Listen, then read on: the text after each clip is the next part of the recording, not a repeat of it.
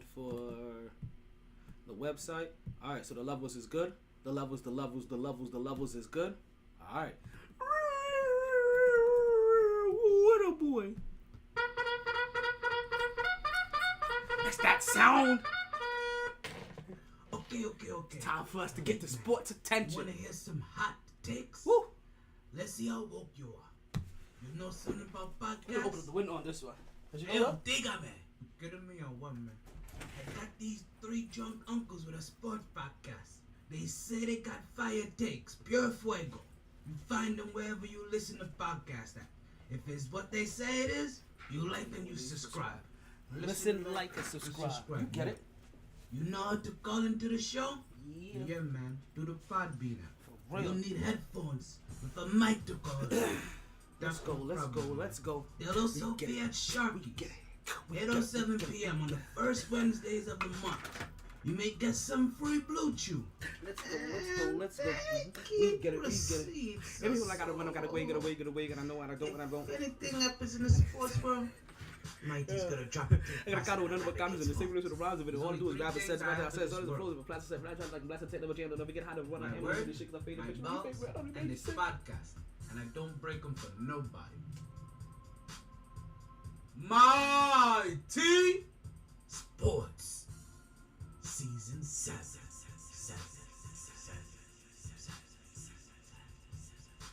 Is that my time? All right, let's raise this curtain up and blow your mind. Good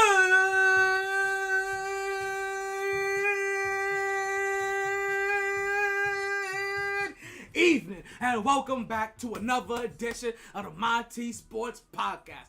I am your host, the one and only Talento Mandela. As you may see, it's another Fuego day in the hottest city in the world. We're talking about this July 8th. We currently had, what they said we was going to have? Highs of 95. We had lows of like 81. It's hot as fuck. Current temperature right now, I know it ain't 80 degrees right now. I know, you're bullshit to me, bro.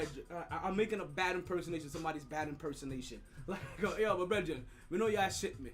That's what we meant to say, right? But yo, it's another Fuego day. Send me the invite again. It's not letting me get in.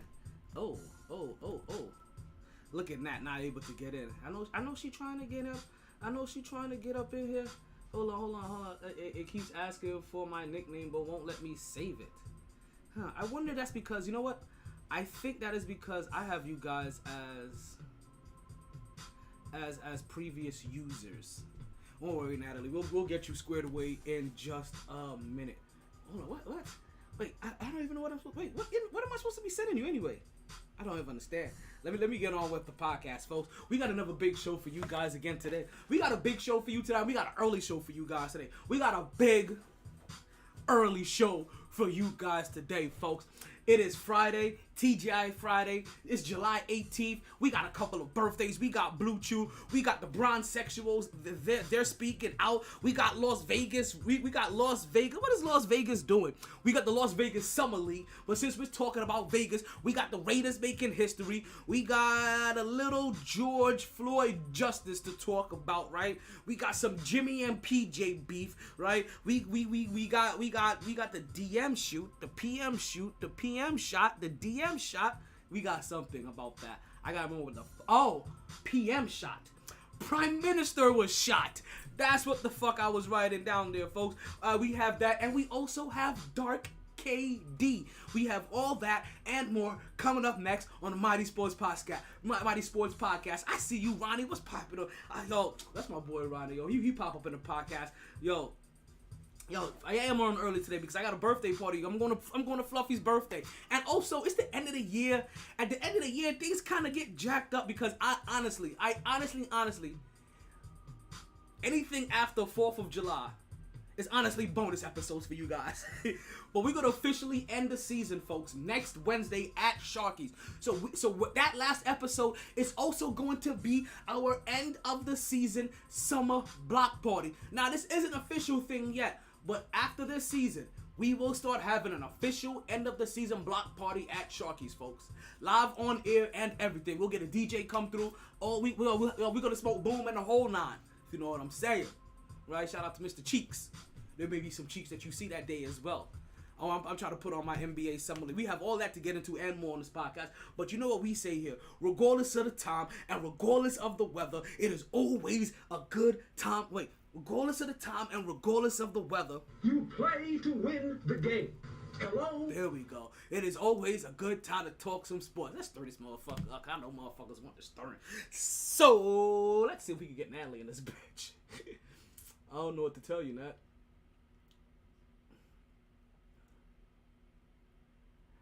Oh, you know, like I said, I really think it's because I have you as a thing. So,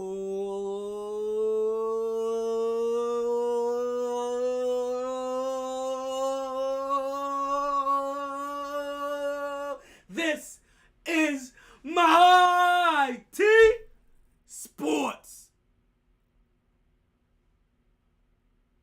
Let's start talking. Woo! Back at it. And so you don't know about me, Joe Rogan. I smoke rocks like a sports fanatic. Dum dum. Uh-oh. Dum dum. MyT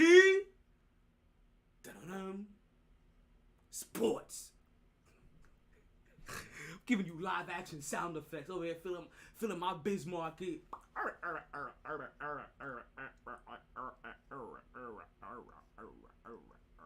Let's get started, folks. We got a big show for you guys today, folks. This is Volume 7, Episode 120, Track 453 of the MyT Sports Podcast. Boy, we have a big show on this Friday coming for you today. Even though I think we're gonna have a 90-minute podcast today. Normally we have like a 3-hour podcast. I need to be like, God damn, you find 3 hours worth of shit to talk about? Well, there's 3 hours worth of shit to talk about every 2 days in the world. And I could make it happen. I could make it happen like you make an ass clapping. I remember clapping is a group activity. Whether it's hands or whether it's ass. It's a group activity. So don't be stingy. Get that standing ovation.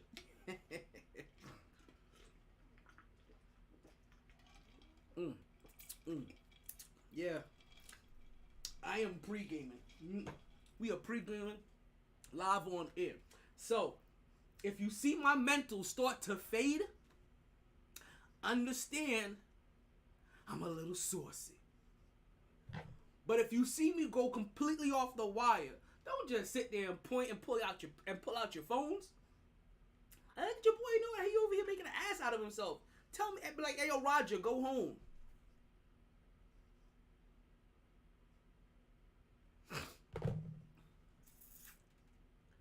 But folks, you know what we're going to do. We're going to start the podcast the way that we start off every single podcast this season.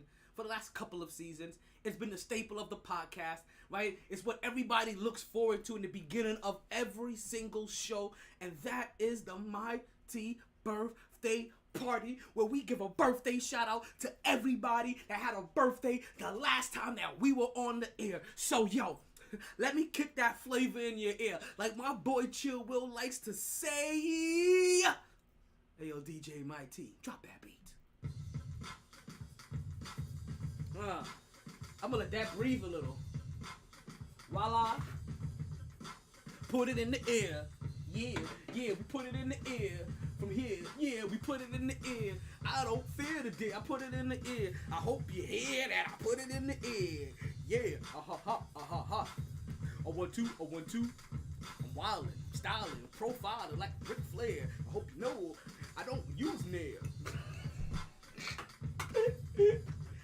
Oh my goodness, I'm having a good time. I'm having. You guys can tell, like, not only am I happy for it to be Friday, but I came on the last time I just been happy for a regular old Friday, right? And also, as you can see, I'm doing the podcast early, which means that when I'm done here, I'm about to go and show my ass. I already got a whole fit lined up and shit. That shit's hung up already. We finna have a good time. We're headed out to Glitch Bar. We're gonna go celebrate one of the birthdays that we're about to talk about right now. You ready? You likes that? I likes that. You likes that? I likes that. One time for practice. The next time's for real. Ready? Spaghetti. Nightmare on Elm Street. Freddy. Yeah. Because, yeah, it's your birthday. We said it's your birthday. It's your birthday. It's your birthday. Because it's your birthday, we sing happy birthday. Happy birthday. Happy birthday. Yeah. You guys ready for that? Cool, because we got a whole lineup of birthdays ready today. So, yo, I'm giving you guys some time. I'm trying to buy as much time as you can. If you can't tell, I'm stalling for you. Cause I can't do this. Let me, baby. You know that song. I'm stalling for you. So if you guys know anybody that had a birthday since the last time that we was on the air, so basically from yesterday to today, if you know anybody that had a birthday yesterday to today, you go ahead and drop their name in the comments. And what I'm gonna do, I'm gonna go ahead and I'm gonna include them on these birthday shout-outs. Cause I'm that kind of guy. I'm a nice guy. Like the last time I finished last, I was in a wheelchair. Was I in a wheelchair? I had a broken ankle. That was kind of like hopper. I don't finish last for shit.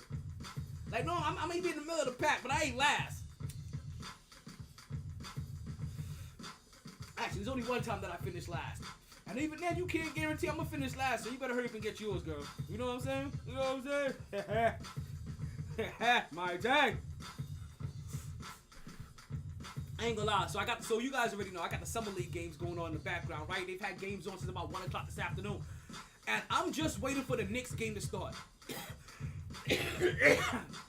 It's called the 2K Summer League. Now, thank God the 2K ended up sponsoring this. I like that. He likes that? I likes that. Alright, folks. Look like we have no additional names coming through. That's me again. Yeah, it's like that today. I got that gas in all them places. So let's go ahead and sing. You ready? 3, 2. Yeah, it's your birthday. We said it's your birthday. It's your birthday. It's your birthday. It's your birthday. It's your birthday. Because it's your birthday. We sing happy birthday. Happy birthday, happy birthday, happy birthday, happy birthday. Alright, the first birthday shout out that we have to give goes out to, well, we start on July 7th, but we're going to start from yesterday, and that goes out to one Karina Vargas. Karina Vargas happens to be I keep saying that's the TT, right? That's the auntie of my nephew. But that's like the big cuz. That's like the big cuz that's kind of like an auntie, whatever. You know what I mean? But let's call a spade for spade. Like he's gonna kind of remember her as like an auntie kind of figure, right? So he's the TT to my nephew. You know what I mean? So I want to say happy birthday to Karina Vargas. Also want to say happy birthday to an old high school friend of mine, Joanna Dudd. I didn't know which one of your Facebook pages to tag because you got like 7 of them, girl. So I just tagged the one that came up on top. I hope that's the one you're using, else you ain't gonna see this shit because it's your birthday. But I'm not tagging 7 fucking pages of the same person. Get your shit together. Get your shit together, bitch. It's your birthday. You're like 52 now, or 42 now. Get it? Oh, shit. Right? Also, want to say happy birthday to, and actually, it's kind of a past birthday. We didn't catch it on Wednesday, but I want to say happy birthday to 150 Cent as well. Right? I want to say happy birthday. That's our celebrity birthday of the day. Right? It's happy birthday to 50 Cent. Normally we only give birthday to the people that we know. But I grew up so much with 50, right? Like from the early 2000s days to now to the power shit. You know what I mean? Feel like me and 50, right, we hung at the same time. You know what I mean? He was Ferrari F50. You know what I mean? And I was Ferrari T50. You know what I'm saying? You know. Like a G6.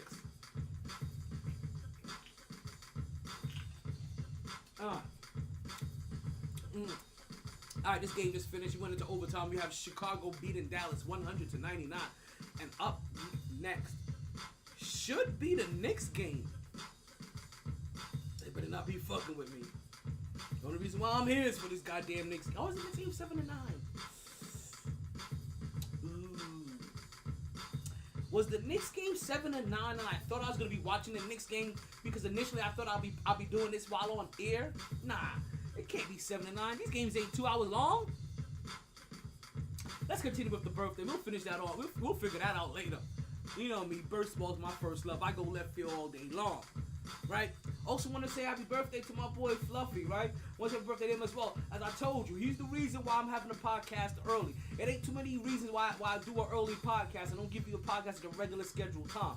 This is one of them. Also, it's end of the season. End of the season, there's no rules. And as you guys know, I'm not gonna go all off season without hollering at you guys. The last show is gonna be this Wednesday. We're gonna come back the week of Labor Day, basically the first week of football. But in between that time, I'm not gonna give you 2 months of nothing. Like, you may get like 4 shows from me, but they're gonna be pop-up shows, right? So you make sure you look out for those MyT pop-up shows that are gonna be sponsored by Blue Chew, because Blue Chew can help you pop up too.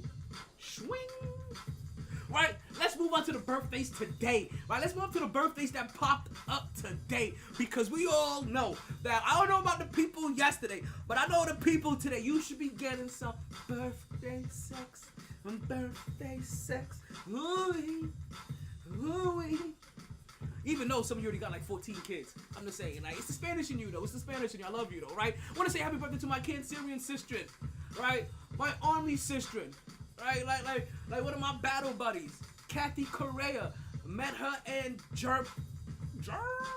Indiana. Met her in Indiana. One of my fellow New Yorkers, Puerto Rican at that. Used to call her Kitty because everybody called her Cat. Just saying.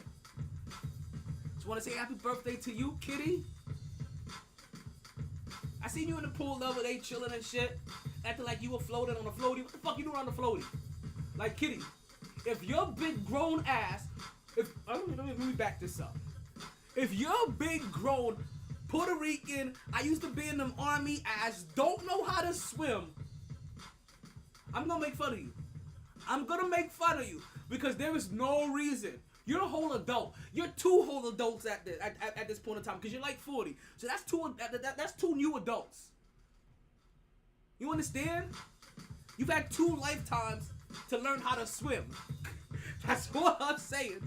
You've had 2 lifetimes to learn how to swim. That's the case.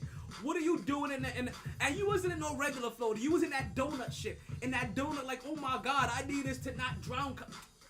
Kitty, say it ain't so. Say it ain't so. Please tell me you know how to swim.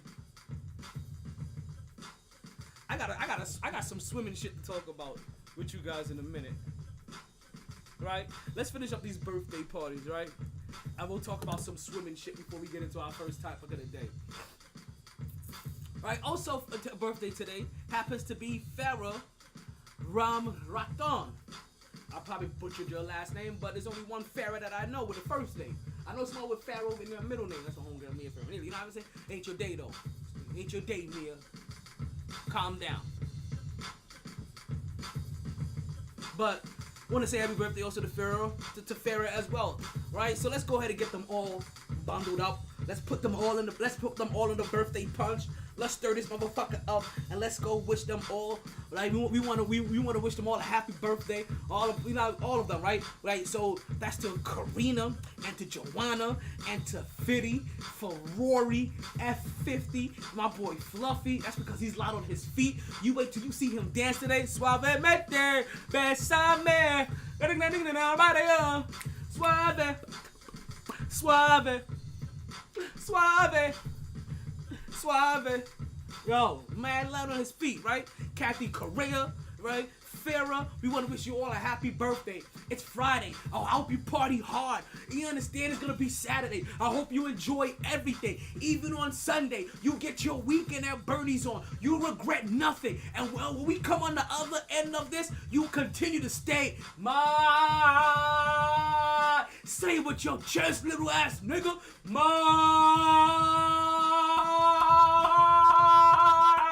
T. My Cancerian people get that special energy. You get that big pod energy, if you know what I'm saying. Hey, yo. Yo. Like my boy, like my senior Ohio correspondent, Chill Will likes to say, hey, yo, DJ MyT, cut the beat. Whew. I love starting the podcast with the birthday parties. It's just a nice way to get the energy up, get the blood flowing. You know what I mean? It gets the people going. It's provocative. You understand? You guys understand what I'm saying? Sip your sip. Drink your drink. Let me tell you about this shit.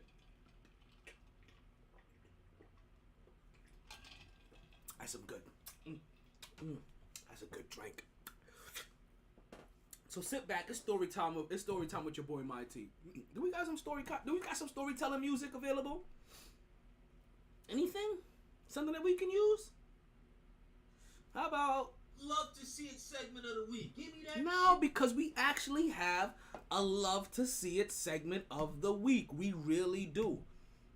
Like for once, something good is happening in the NFL. And you know what? Not for nothing. We sometimes don't give this we poke fun at this organization a lot of times, right? And they've been making a lot of right moves over the last couple of years. Over probably the last few years. So we probably have to start giving them a little bit more credit under their new regime. They don't seem to be so barbaric in their thinking methods.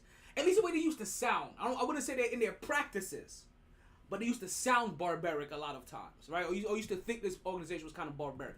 But I digress. We're gonna talk. We don't have more than enough time to talk about this organization. Let's get into some story time. Yeah, I like that. Story time with your boy MyT. Hope you rolled up your joint already. Hope you already got your drink ready. Go ahead and take yourself a nice little sip. Yeah. Feel that nice beverage roll down your throat. Go down to the pits of your stomach and spread its intoxication through your body. Oh yeah, enjoy that first sip as it moves down into your loins and make you have that very slow, soft groan. Yeah, it's story time with your boy MyT. But if you're not a drinker, I get it. Go ahead and puff on your puff puff. And if you're by yourself, you don't have to worry about passing. It's just you, my friend. It's just you and me and the story I'm about to tell. Yeah, all is well.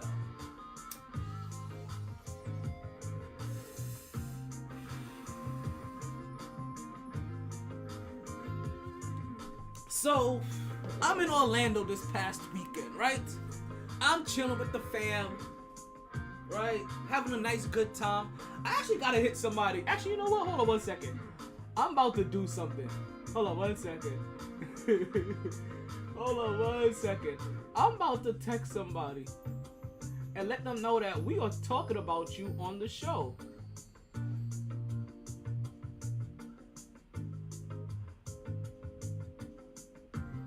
Right, let's see what happens here. Right, damn, what was that name? Fuck. You know what? I'm gonna have to do this from here. We're gonna have to add. We're gonna have to invite somebody from right here. And oh shit.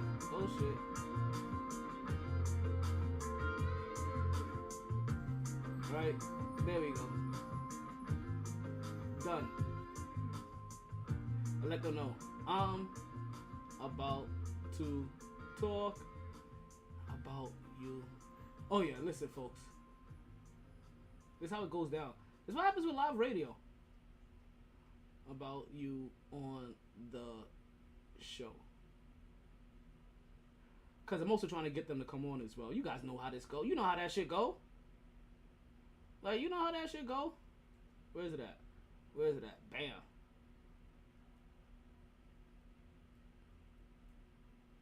And the invite is set. Alrighty. Let's get that story time going again, right? Let's get that story time popping one more time. Hope you guys are ready for this. Alright. So I had to get the invite. I don't know if you guys understand. I had one of those weekends. right? I had one of those very interesting kind of weekends. It was during 4th of July. So again, like I said before, get your drinks up, get your smoke ready. It's time for you to sit back and relax. It's time for you to smoke and toke. Or just sit there and have a drink while I do all the talking. I don't know what's any different than normal, but this one is a little bit more relaxing because I get to use a sexy voice. That's if I want.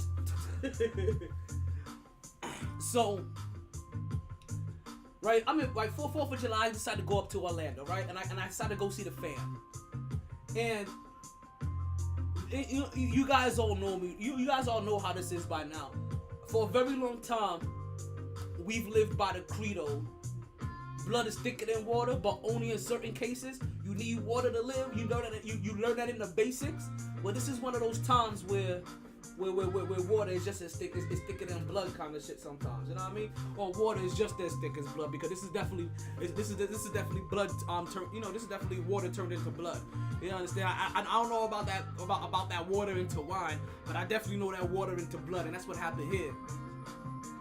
So,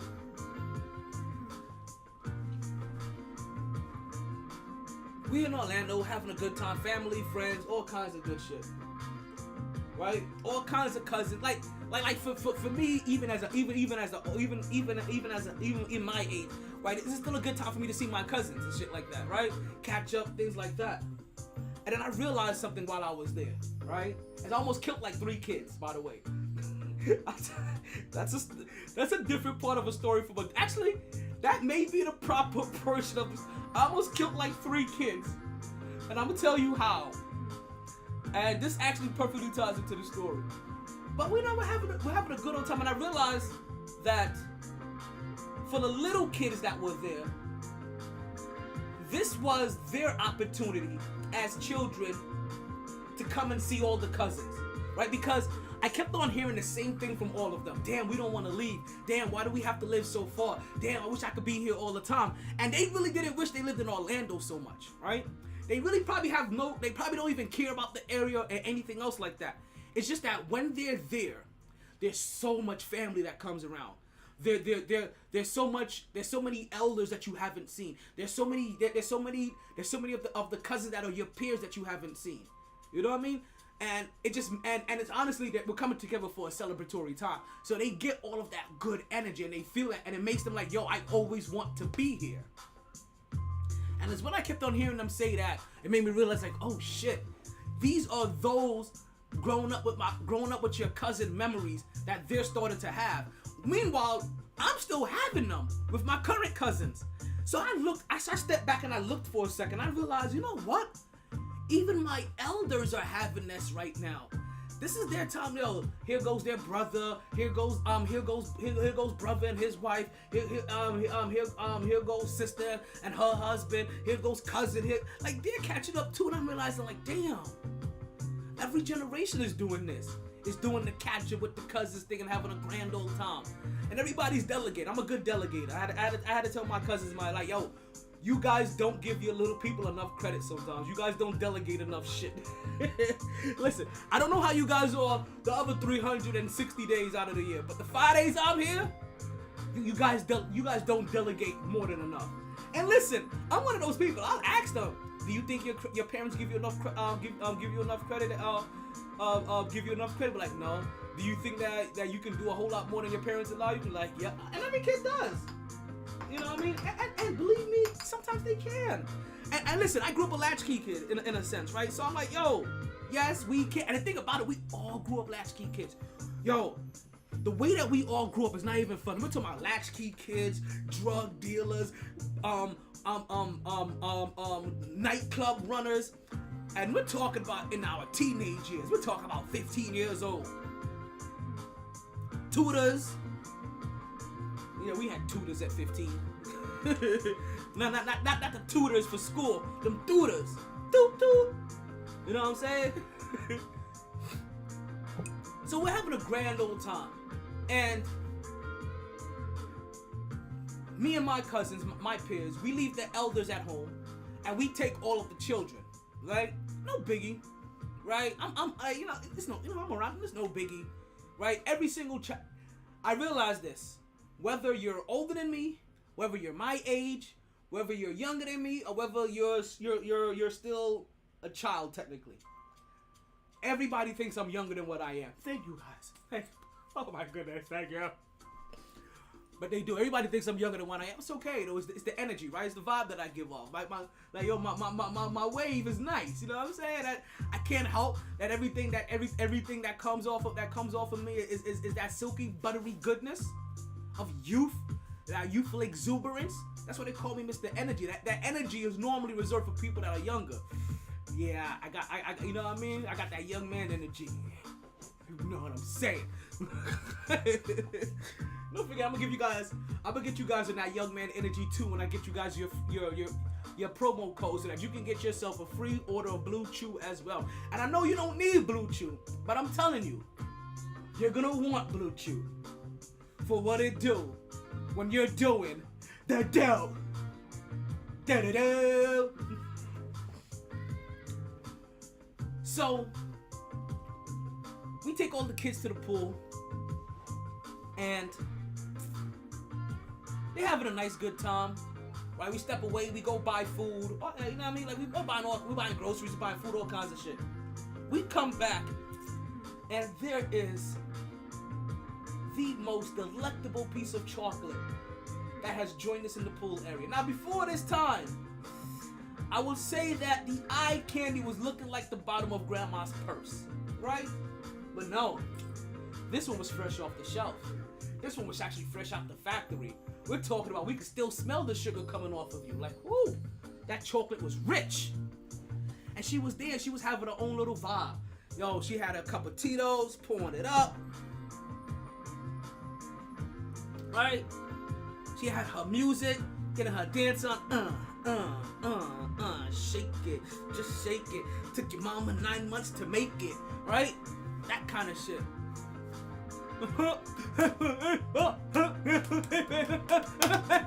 That kind of shit, right?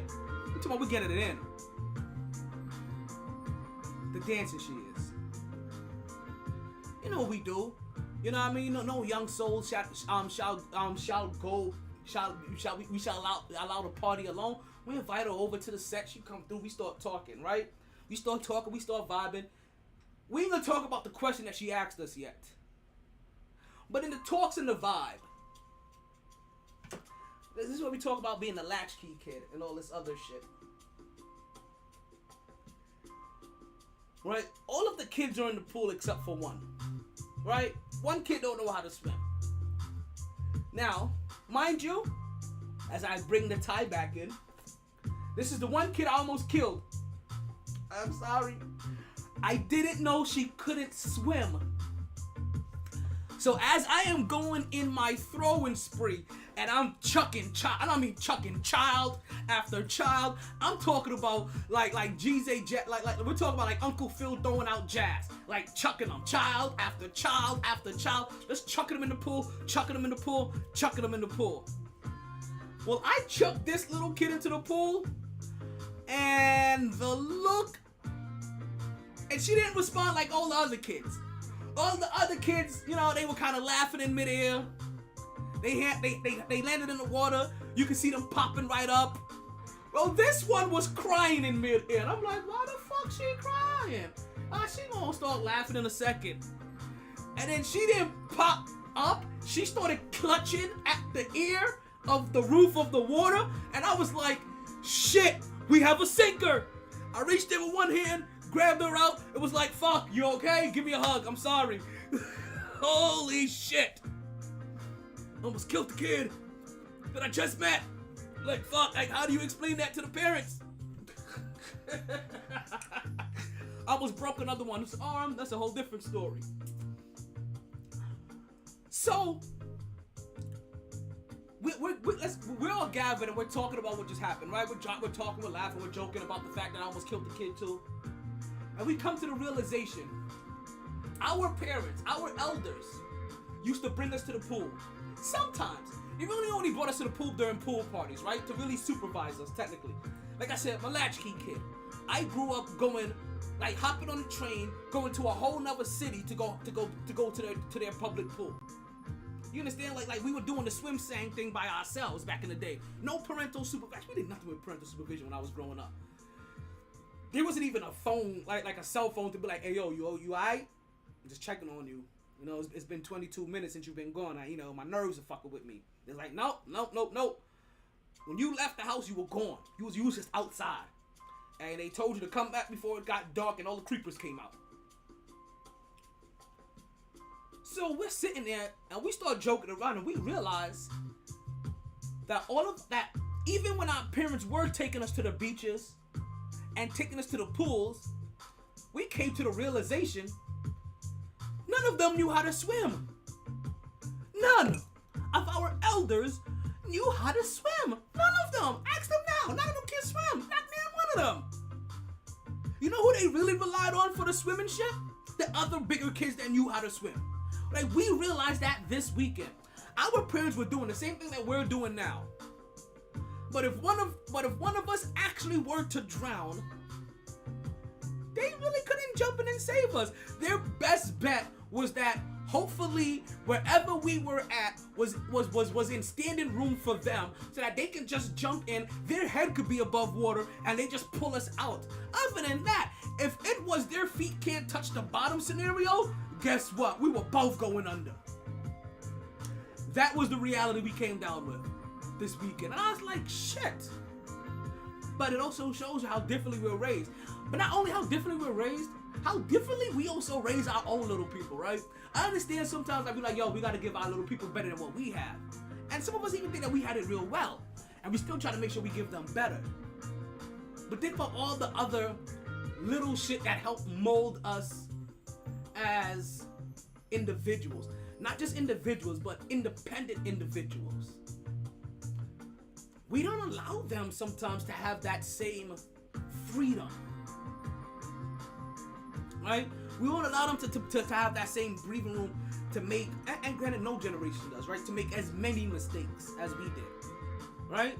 It's almost like we put them in situations to make calculated mistakes that they can always walk away from, where I can't say all of my mistakes growing up that it was gonna be guaranteed that I was gonna walk away from. Actually, I'm kind of grateful I was able to walk away from them right now, unholed up.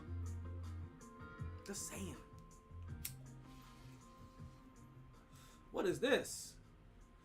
Whoa. Is this another trade? Tyrese Halliburton, Buddy Hield, Tristan. Okay, this is old. The Monte Sabonis, Justin Holiday, and Jeremy Lamb. Wait, Pacers received Buddy Hield. No, that's not old. Tyrese Halliburton. Okay, yeah, that is the old trade. That was a trade over the. Okay. Tyrese Halliburton, Tristan Thompson. I'm about to say, I forgot about Buddy Hield being involved in that trade package. Completely forgot Buddy Hield was. And that's a funny thing too, because Buddy Hield is somebody that's been coveted for a while now. As I told you guys, I'm watching the Summer League game. Right now, going on is the Indiana versus Charlotte game. To be honest with you, I don't have my list of rookies in front of me. Because granted, I'm potting. But if I was watching this record, I would have the list of rookies in front of me, so I can know exactly which rookies we're going to be highlighting from this year and from last year as well, to try to kind of take a look at. It's so crazy what's happening in Charlotte. But let me put this out there before I forget. Charlotte is a fucked up organization. They really are. Their players they have no organizational control over their players. Whether it's on a low level or a major level of shit that they're doing. Coaches that they're supposed to sign is backing out on them. And now they got a player that's for them, yeah. I don't know what the fuck Michael Jeffrey Jordan is doing over there in Carolina, but he gonna have to fix that ship. Let's get back into story time. See, yeah, realize this. None of them, none whatsoever, could have been able to save them. And the thing about it, all of us know how to swim. Every single last one of us. My peers, my cousins and them. We all know how, we also taught each other for the most part. Granted, what I just did to that little kid also happened to all of us as kids. At some point in time, somebody just chucked us in the water and told us, hey, learn, motherfucker, I'm tired of this shit. You're too old. And then after the initial shock, one of our cousins came through, or one of our big brothers, big older siblings came through and taught us some technique to survive. And then we evolved that into some better shit. But yeah, wanting better for the next generation, right? None of our elders know how to swim. We all know how to swim, and there were like 9 kids, so 8 of them knew how to swim. I'm gonna assume the other ones are young parents. Like the one that has the one that doesn't know how to swim, I'm gonna assume they're young parents. Like something's off with them, because they also came up with grandma too. They came up here with no, it's just summertime. Nah, they're probably young parents. Nah, could be summertime, because technically my munchkin came up there with grandma. We gonna chalk it up to being summer. We ain't gonna catch no aspersions or try to figure out who is who and what is what. Yeah, you know what I mean? We saying it in a fun of jest, but you know, we gonna leave that road alone. But that's story time, folks. That's the story time here on the MyT Sports Podcast. But back to the lecture at hand. Yes, you did hear me say that we ran into the most delectable piece of chocolate ever. I actually hit her up to see if she want to listen to the podcast. Right? It was crazy because we're there chilling, right? And we're all getting to know each other. And she goes to the group. Do you know how to play spades? When I tell you the music stopped, everything got silent, and we all looked at her like, the fuck you just asked us? We looked at her like she just like it was Pee Wee's magic word of the day. Ah! Ah! You said spades. Ah!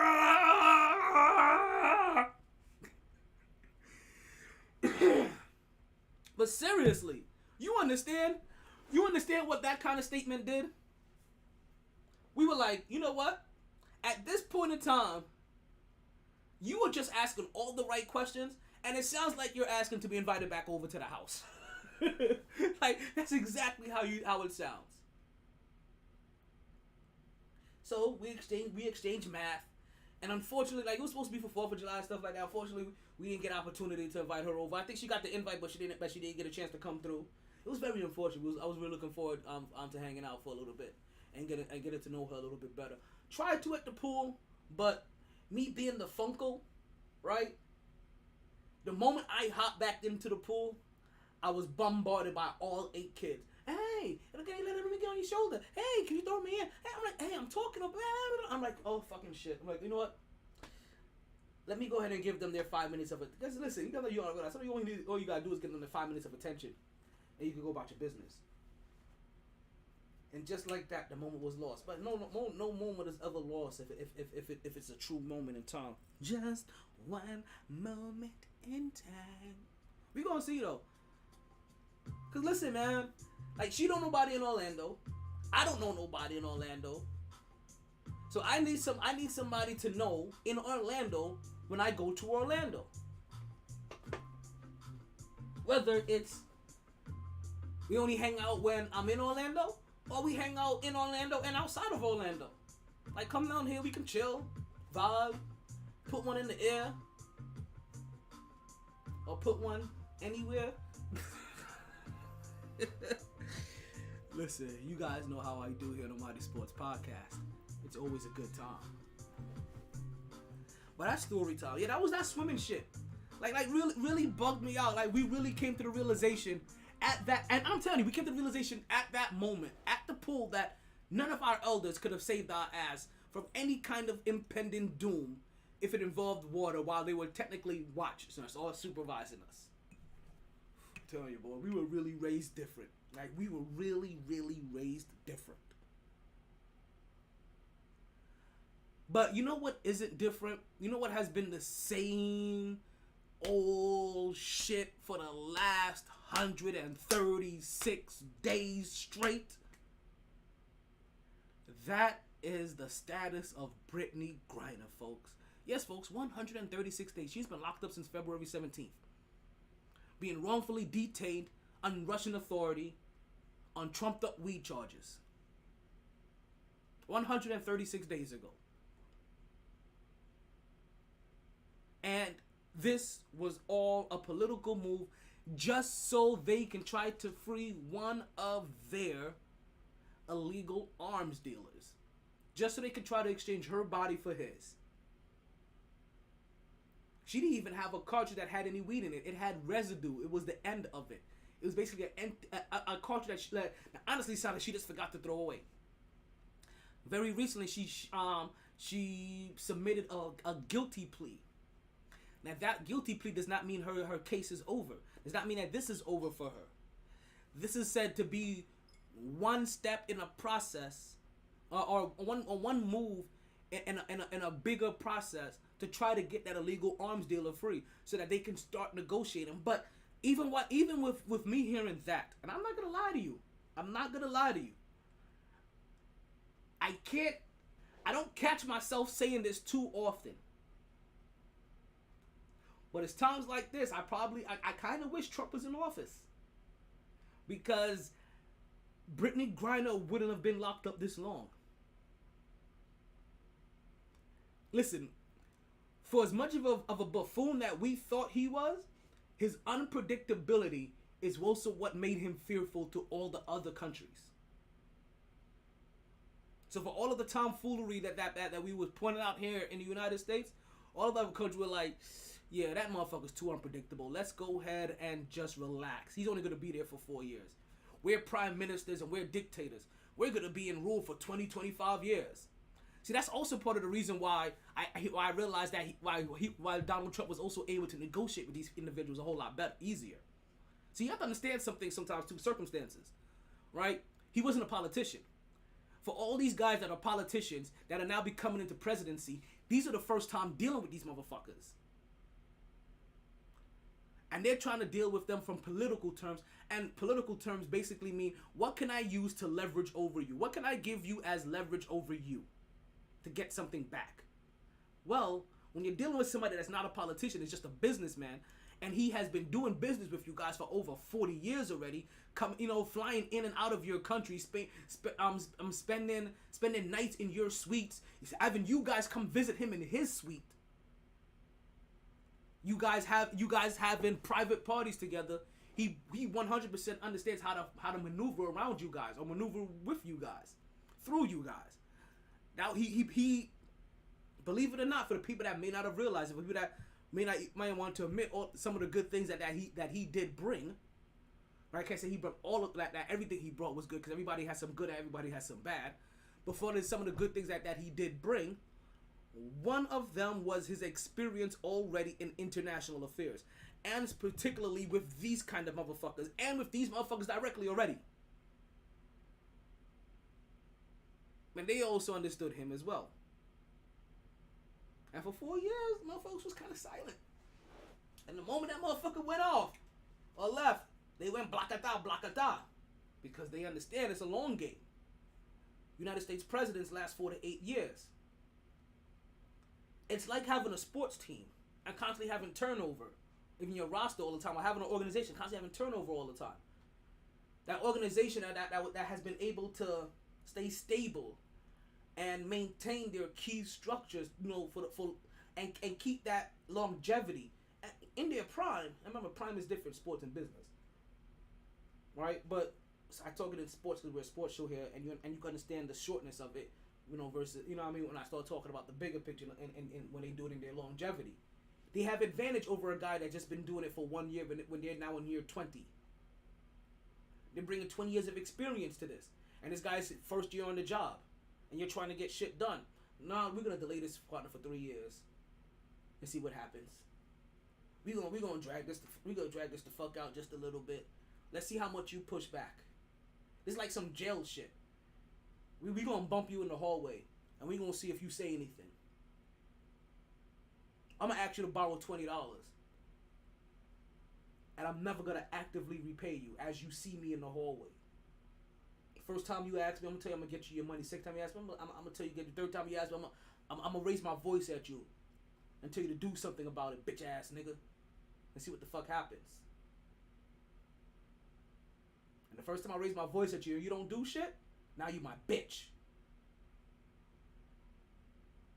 I'm not talking from experience. This is what I've heard. right? So they're playing. We've been played in a sense, and I don't know how I went this left field, but I'm here because of Brittany Griner. Because it's been 136 days since she's been locked up. And like I said, if this was Trump, I don't think she still would have been locked up. I think she would have been home already. Brittany Griner said it herself best earlier this week that if she were LeBron James, she would have been home already. We've said this on this show plenty of times. We've been saying this on this show for the last 122 days. When we realized that there was a fucking gag order about her.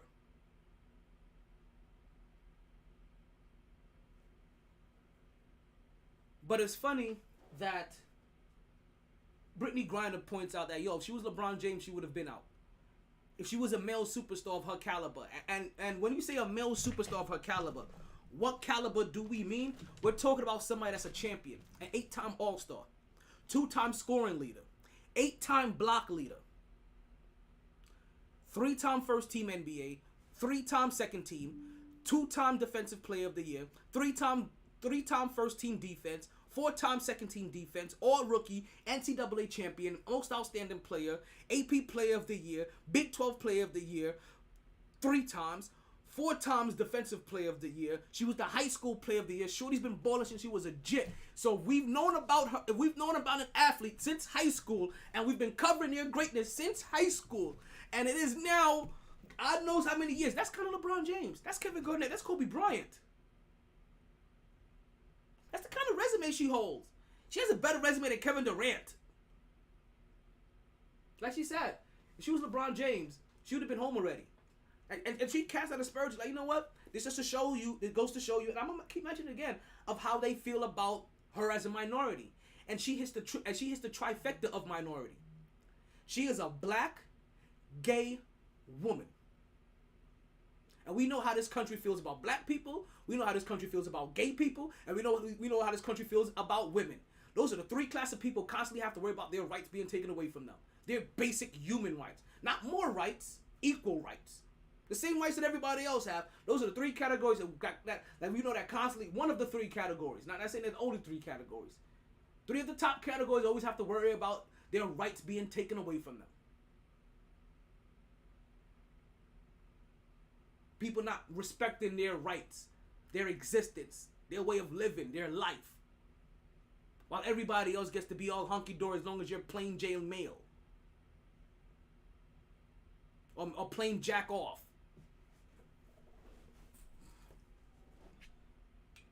So she pointed that out. And listen, it's true. Because the bronze sexuals came out. You know these people.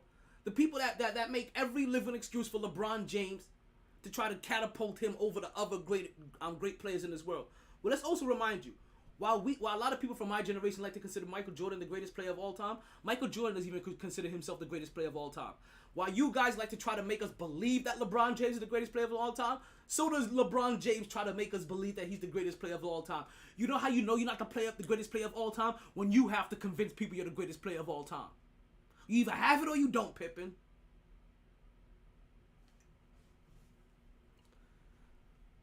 But the bronze sexuals came out. And the bronze sexuals started saying like, yo, if they had taken LeBron James, I would have invaded that country myself in day 2. And you should have seen the response it got. I think that motherfucker made it on SportsCenter. That's how much more of a fuck that we give a fuck about a male superstar of the caliber of LeBron James versus Brittany Griner. Because like I said, if Brittany Griner was in the NBA today, she'd be your Kevin Durant. And we see what kind of headlines and headway Kevin Durant makes all the goddamn time. Even though all he makes is bad decision after bad decision after bad decision after bad decision. The only good decision Kevin Durant ever made in his life so far was going to the Golden State Warriors. And even that was kind of a bad decision. Because then, when you looked up in the dictionary, if you can't beat him, join him, you see his picture.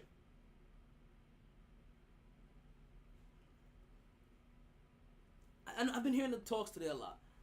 like sports and real life is a little bit different, right? Like our realities are a little bit different on how things, because it's competition. It's direct in your face, one-on-one competition. This isn't like, oh, let me worry about this other XYZ company. It's like, no, there's another man in front of me. Let's see what's happening now. I have other men lined up with. I have other bodies lined up with me right now. You get your squad, I get my squad. Let's go. And Kevin Durant don't make any of his squads better. Kevin Durant may be a better Pippen than Pippen was. Kevin Durant is a really good Pippen. Kevin Durant may be the greatest Pippen ever, even better than LeBron James was to Dwayne Wade. I see you, bronsexuals. I just triggered you guys a little bit, didn't I? I know, you little teapot short and stout. Here is my handle. Here is my how. Anytime I talk about LeBron James, it gets you triggered. You want to shout out, fuck that shit!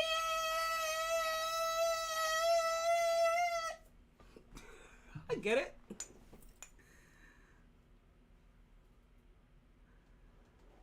But again, as we continue down this path, let's just continue to keep Brittany Griner in our thoughts and prayers more than anything else. Right? Because that's really what most of us can do. There is a petition that you can find on change.org that is going up to the president. He has made a statement recently saying that he is currently now trying to do doing everything in his power to try to get Brittany Griner home safe. I doubt that. I believe he's doing everything. I don't think he's doing everything in his power. I think he's trying to do everything within reason.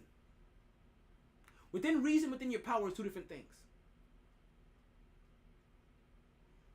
As a president of the United States, you have the ability to throw around a certain amount of you have ability to throw a certain amount of power around. Nah. Throwing around power is what Donald Trump did for A$AP Rocky.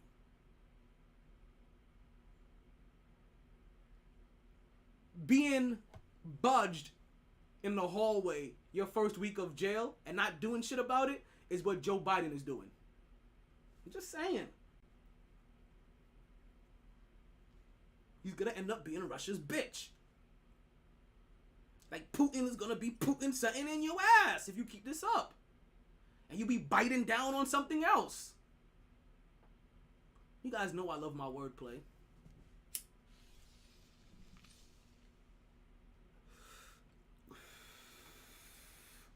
Glad you acknowledge. It's not about acknowledge. It's just about truth. It's not very hard to acknowledge truth. Like there's good and bad in every scenario. You know, when there's good, you talk about the good. When there's bad, you talk about the bad. Unless it's Obama, we don't talk about it at all. We don't talk about Obama. No, no. No, we don't talk about Obama. We give him the pass. You could bet found out that was Biden himself. Listen, if that was anybody Biden cared about, if that was anybody that Biden cared about, she would have been home about any time. But also more importantly, if that was Tom Brady, if that was Kevin Garnett, if that was Kevin Durant, if that was LeBron James, if that was Dwayne Wade, if that was Kyrie Irving. Shit, if that was Ben Simmons, Australia would have been up in arms already. You know how many flying kangaroos would have been in Russia already? They would have been dropping Fosters from the sky. Fosters, Australian for bombs. Thank you guys. I see you. And don't forget, folks, if you are joining us through the Podbean app, the Podbean app is also how you're able to call into the show. So if you have yourself a set of headphones, so we don't get no reverb, right? You can always call in and join the show through the Podbean app as well. I do like to hear from you. Let me know what you guys think about this Brittany Griner scenario, because like I said, we've been talking about Brittany Griner since day 1, and then we started talking about her at day 14 because we didn't realize there was going to be a gag order made about her. And we've been here ever since. Free BG. Wasn't there a Free BG? Who was that? Wasn't there a hot boy named Free BG? Like, I'm gonna have to start playing, like, the soundtracks to his songs. Isn't there? I'm pretty sure there's a Free BG song from back in the day. I'm gonna have to go ahead and flip that and play that for her. Alright? But again, let's keep Brittany Griner in your thoughts and prayers, right? Like, let's keep this there. Whatever positive light or positive entity that you go ahead and you seek positive enlightenment and change through. Let's go ahead and keep her there. Cause that's really like what most of us can do. Let's hope that she gets home safe and quickly and as safe as possible. Because like I said, if you guys don't know what it feels like to be away from your friends and family for 136 days, under circumstances that aren't favorable. Let me just put it the best that way. Then you probably couldn't even imagine the kind of agony, angst, and kind of stress that she's going through. You don't understand. Like, this is the kind of thing that lives with you the rest of your life, kind of shit. This is the kind of thing that gives you mental disorders. This is how PTSD is. This is how PTSD is created. Like, Brittany Griner may never be the same from this again over an empty weed cartridge. That she may face 10 years in prison for.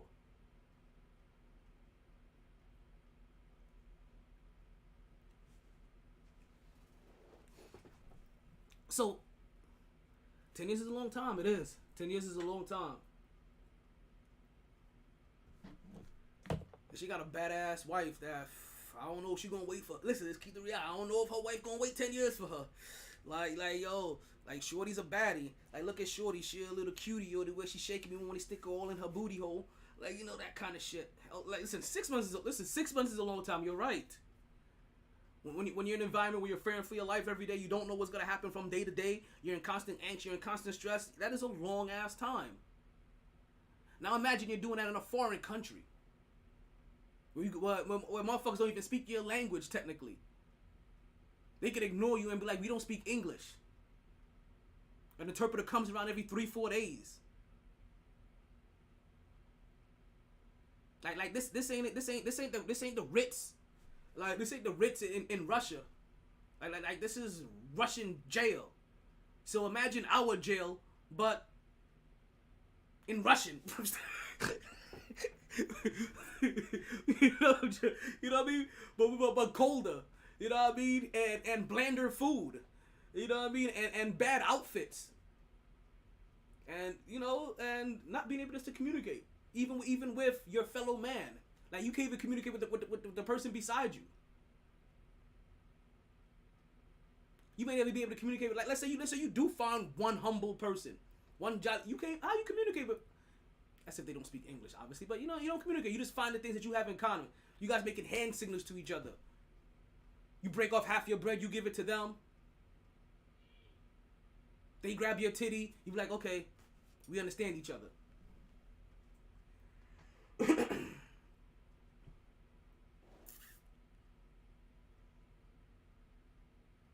Well, we're gonna move on from this Brittany Griner conversation. But you guys let me know. You guys call up. The phone lines are open if you guys want to talk. Listen, the phone lines are open for everything. It's Friday. It's TGI Friday, right? I don't mean to bring you down, right?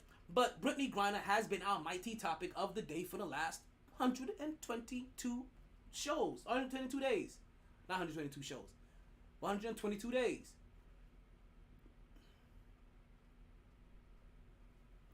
And that's because we will make sure that she is not forgotten. And at any level. The highest of levels, and the middest of levels, and the lowest of levels. But definitely on the mightiest of levels, we definitely will make sure that she's not forgotten. And while Brittany Griner is over here, right, as she is being detained, it seems like another organization that is normally considered one of the more barbaric organizations, right, in our faces, they actually get something right. And that's the NFL for once. Right? Like the NFL, they out here, they keep trying to steal NBA headlines. But before we talk about how they're trying to steal the show, let me let you know how you can steal the show. And that is with Blue Chew, folks. What is Blue Chew? I'm glad you asked. Blue Chew just happens to be a little blue pill that can get you back your thrill. All you have to do is open up a pack and head straight to the sack. Listen, in just a few chews before you do. This little thing has the same active ingredients as Viagra and Cialis, so this is one opportunity that you just can't miss.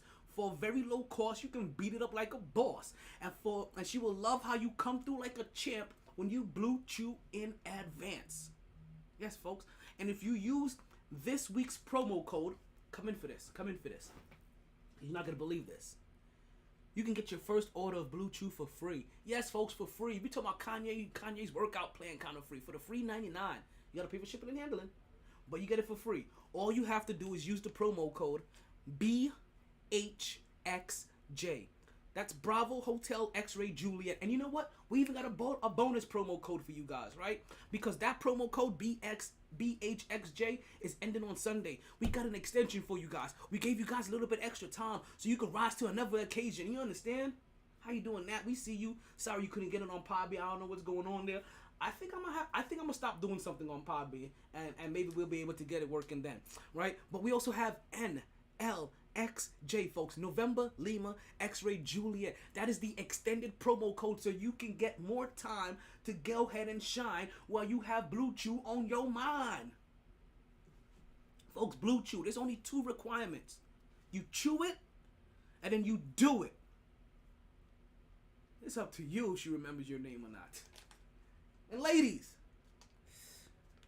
I know you're wondering like, damn, this don't even help me, but it does. You can order Blue Chew too. Blue Chew's for you too, but it ain't for you, it's for your boo. Or whoever you decided to boo up for that night. Right? Whoever you got in your DMs. Listen, never let another opportunity pass you again. Make sure he does everything he says he's gonna do in those messages. You understand?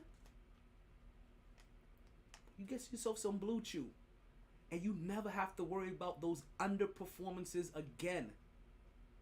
He said he was gonna blow your back out. You hit him with some Blue Chew, and you make sure he does that shit. Fellas, you say you don't need it. I get it. You don't need it, but you're gonna want it.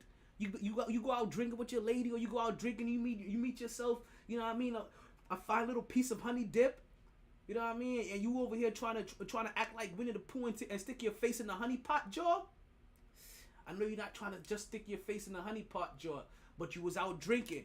You got whiskey dick. So now you feel like the only thing left for you do is to lick. No. With Blue Chew, you get back that magic stick.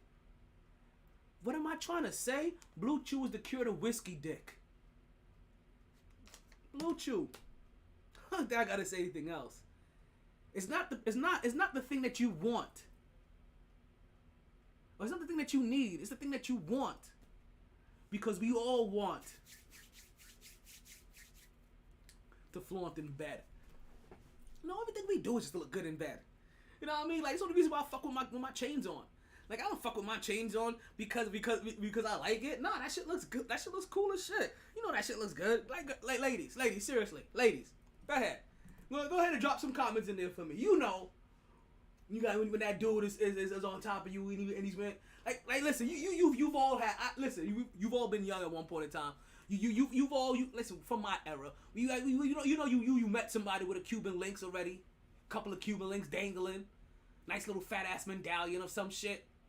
You know you like a motherfucker to fuck with his chains on. Yo, don't Fabulous. Don't Fabulous got a song like that? Like, she let me fuck her with my chains on, and front and back to the same song. Uchiwa, I think it's the Uchiwali song he got. But seriously, you know, listen, girl, don't play.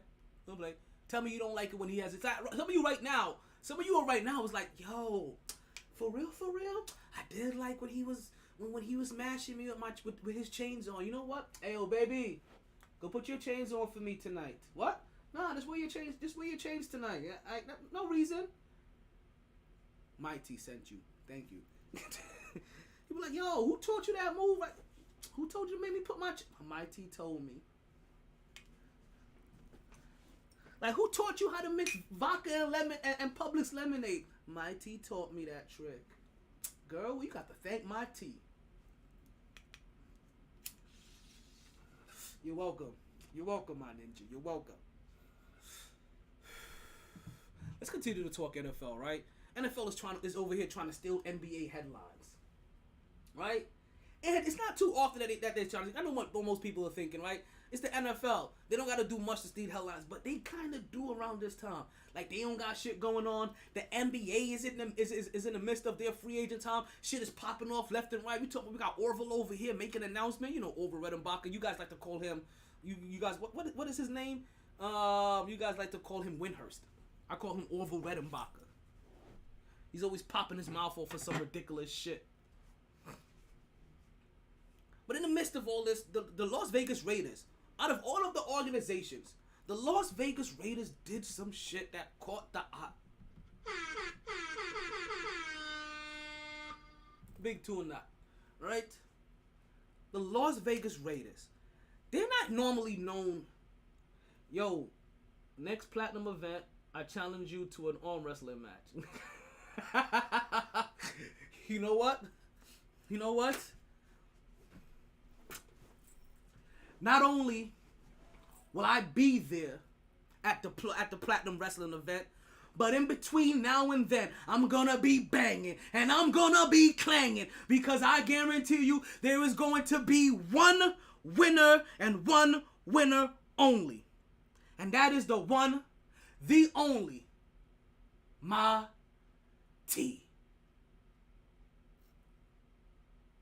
You're on. Challenge me. Listen, I felt like you just took a white glove and smacked me across the face, like what the fuck? Like, yo, I thought we were friends. Oh man. Las Vegas Raiders, back to them. They're normally not known for the kind of organization that makes all the right moves, right? But I feel like they're always known for their controversial moves, right? They're moves that have a little pop, a little bit of flair, but never any real substance. Until maybe recent, right? When the Sun has taken over, I feel like the Sun has tried making a lot more logical moves. And tell Jay get a bucket. I'm gonna talk to him, right? Under the Sun, right? Under the Sun Davis. They've actually been doing a lot more logical moves. The organization doesn't seem like they're frailing at the wind, just trying to catch the most illogical spark anywhere. No, they're making sound business moves. They make sound moves on the field. They make sound moves off the field. We've been applauding the Las Vegas Raiders for a while now, right? At least the owner, when he recently bought the Las Vegas Aces, especially when we found out that the MGM group that owned the Las Vegas Aces were very particular of who they sold it to, because they wanted to. They very specifically wanted to sell it to somebody that was going to help. Not just, they didn't want somebody that was just going to buy a team. They wanted somebody that was not just going to help promote the team, but also try to help promote the sport and move it forward. And that is the reason why they found Son Davis. I call him Son Davis because his dad was Al Davis, and I can't remember his name. Right? Well, we call him Son Davis, right? Or Davis' son. So he bought the Las Vegas Raiders, or the Las Vegas Aces, and very shortly after he bought the Las Vegas Aces, he also, because he couldn't just do it himself, he was responsible in convincing a group of investors to invest money into the WNBA so that they can help start promoting the game more, because we do know the scoring, we do know that the salary discrepancy, right? Part of the reason why Brittany Griner was in a position to get locked up is because she does not make enough while playing basketball in America, so that she doesn't have to go overseas to have to subsidize her goddamn income.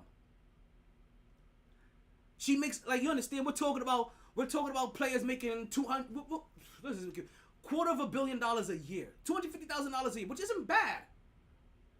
Vince McMahon is over here paying women $250,000 a year to keep their mouth shut for sexual allegations over 16 years.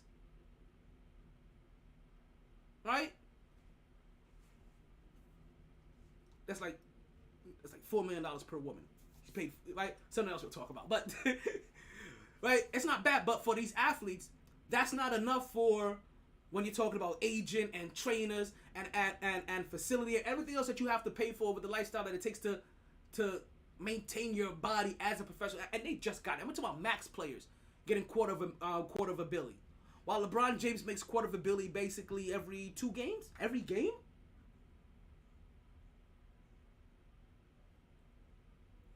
So that really is that. So I forgot what I was saying here. The Brittany Griner shit set me the fuck off. So back to Las Vegas Raiders, right?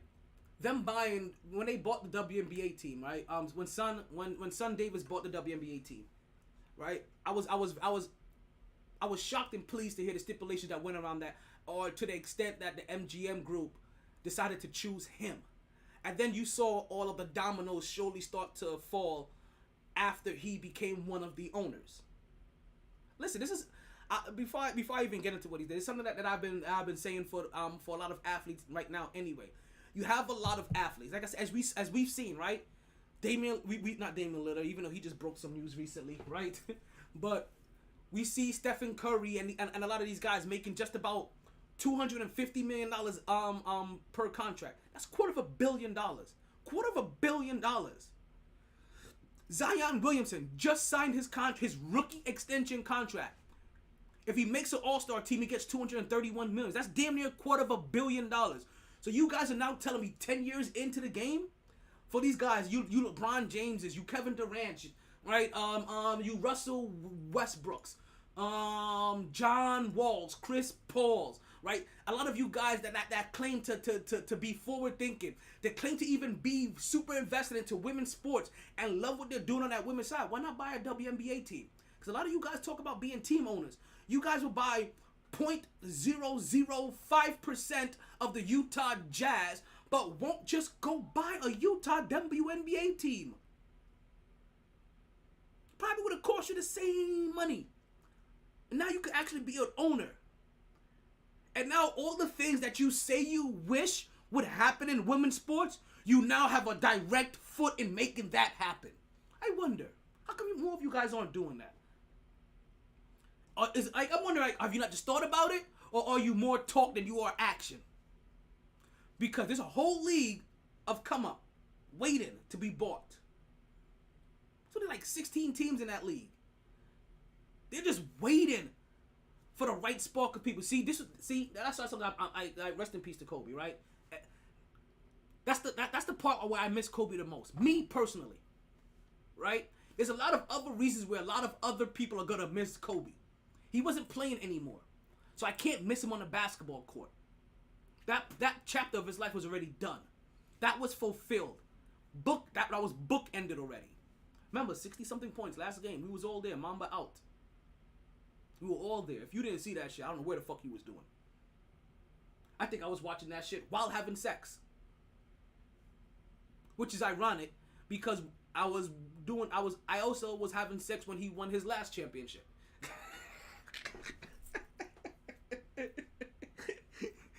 I was like, I'm not missing this, baby. We got to do this doggy style. I'm sorry. Like, I'm going to give you what you want, but I'm going to have to get what I need.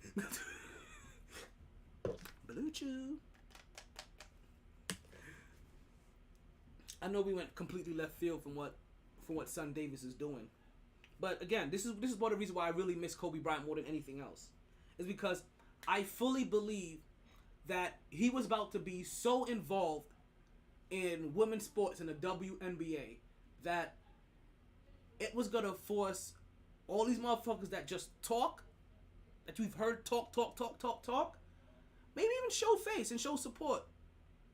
It was going to force them to do a whole lot more. And what they do is nice. Like going out to games is nice. Showing their face there is nice. But you guys keep talking about you want to be business owners. You want to own teams. You want some of this owner's money. Well, these owners took chances on come-up leagues.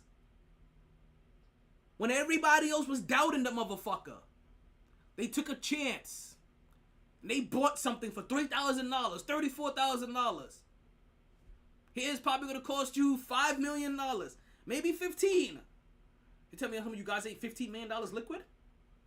I got $15 right now to give you. I got $150 to give you. You come up with the rest. I got $1,500 to give you. Come on. Like, you let me know where I can come in at. And I'm willing to put $1,500 down to be part of the management group to put a women's team down here in South Florida. Shit, I'll take a mortgage out on my firstborn kid right now.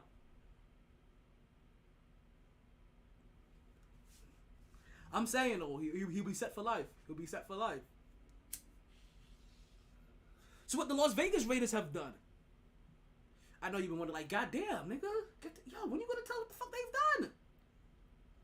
They made history today by hiring the first black female team president, Sandra Douglas. And I ain't gonna lie to you, I thought her name was China something at first, and I thought that was ironic. But her name is Sandra Douglas, and she is now the first black team president in the NFL. I'm trying to wonder if she's the first one in all the 4 major sports. Now I feel like somebody else may have taken that spot, but she's the first one in the NFL, and she's the first one ever, first black female team president. And that was part of the reason why I told you guys also about the WNBA, because I also feel like this hiring, in a way, is also so that he can try to get help and a different perspective while trying to help run and manage his WNBA team. He's been around. He knows how to handle athletes and organizations. He's never had to run other organizations based off of those women alone. And maybe he feels that maybe there may be a slight disconnect that he wants to make sure that he can connect with, so that the things that he is blind to, he has somebody there that's a president in a different role that he could peek in on, that he can possibly now get a chance to see. I find these things to be brilliant and interesting as well. And who is this? On the sidelines of the Summer League. Ooh, talking about caramel. Speaking of caramel, I am in my chocolate feelings right now. Listen, I'm telling you right now, all I want for my birthday is a nice piece of chocolate. That's all I want. And I know it's weird, and I know it's weird to a lot of my friends, right? Because I know you guys know I like to play in the snow, right? But I'm telling you, after my most recent encounter, I realized how chocolate depraved I may have been. I'm saying though, I like because I like it when it wiggles and not folds. You know what I'm saying? I like that ass to jiggle. You know. Oh man, it was just something about the visuals. I'm like, you know what? This is kind of embedded into my yeah. And there's also something else about it too. I won't say it on the air. It's a little too rough. It's a little too rough. I don't want to talk bad about a lot of my peoples that may also fall into this category. But I'm just saying, Let's move on. So while we have the Las Vegas Raiders still making history, right, and signing the NFL's first ever black female team president, the NFL still hasn't made a decision on what they have to do about Deshaun Watson.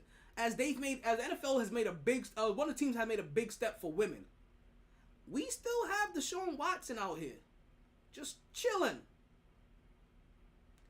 literally like a villain.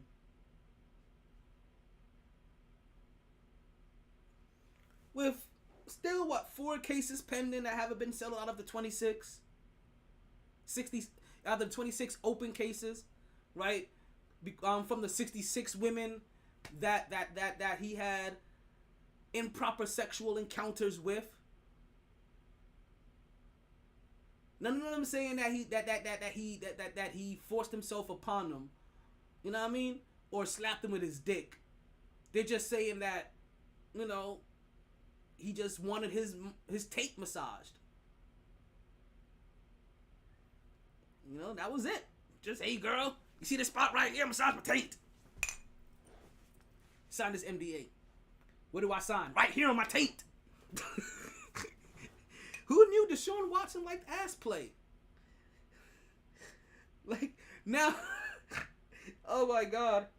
Now when I see him under center, I'm gonna think of him completely different now.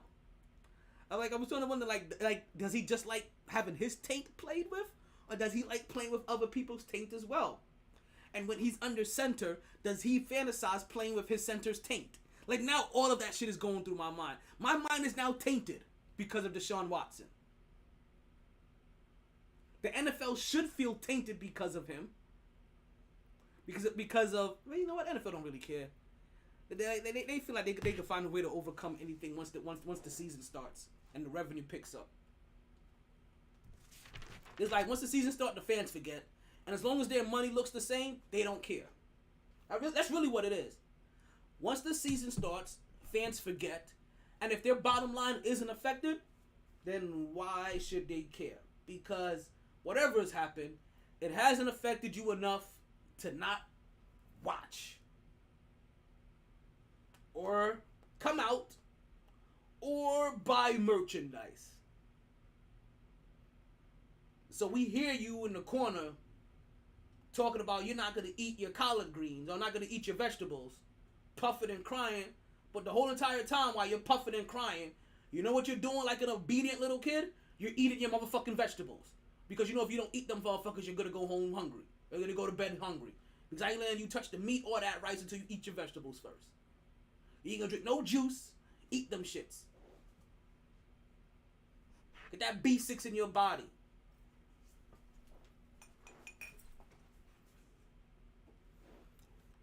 So we still got, so Deshaun Watson is still out here. He's still lingering. Now it's said that the NFL has put him for a year-long suspension. And obviously that year-long suspension is going to get reviewed by their new punishment appeals board or whatever the fuck it is, where they hired very recently that overqualified young lady to take over. She was overqualified, but they needed somebody overqualified for a position. You couldn't have anybody underqualified. So when I say that to big her up. Right? They hired her to play peacekeeper. So she's gonna review this, and obviously, it's gonna get reviewed. They're probably gonna try to go by the letter of the land and try to go by the NFL code of conduct, which means that a 1 year suspension is probably gonna get reduced down to 6. Whatever happens, again, I keep saying this until everybody that has ever listened to this podcast hears me when I talk about Deshaun Watson. I want Deshaun Watson to play this year. I really do. I want whatever is happening to get dragged out so that he can play this year. So that when he is punished, it is in year 2, when he is set to make the $40-something million. So that when he misses games, it's tens and twenties of millions of dollars he's going to lose. Not $500,000 because in his first year he's only getting paid $1 million because they anticipated him possibly getting suspended. I want them to pull, if you can be a dick, I can dick better. And fuck him in this scenario. And allow him to feel like, he's getting over them by dragging this out. And let him play for the first year. And then you know what you do? You pull him over on a dark road. You take him into the goddamn cornfield and you fuck him in the ass for the second season. And you fuck him when it hurts. There's a lot of fucking going on today. It's TGIF. You can tell it's Freaky Friday. You guys make sure you get your promo code of Blue Chew today. That's NLXJ, so you can get your free order of Blue Chew.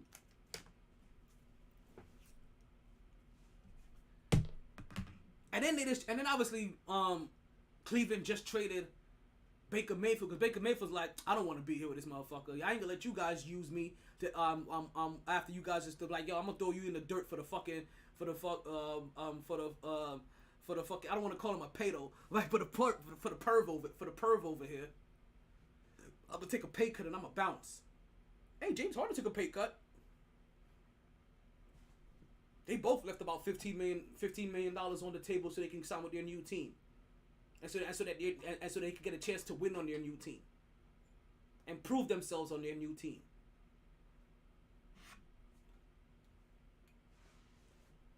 Like this whole thing, like that whole Carolina Cleveland thing is crazy, because Baker Mayfield now goes to Carolina, and Robbie Anderson, Mr. Speed Racer over here, 86 and the 35.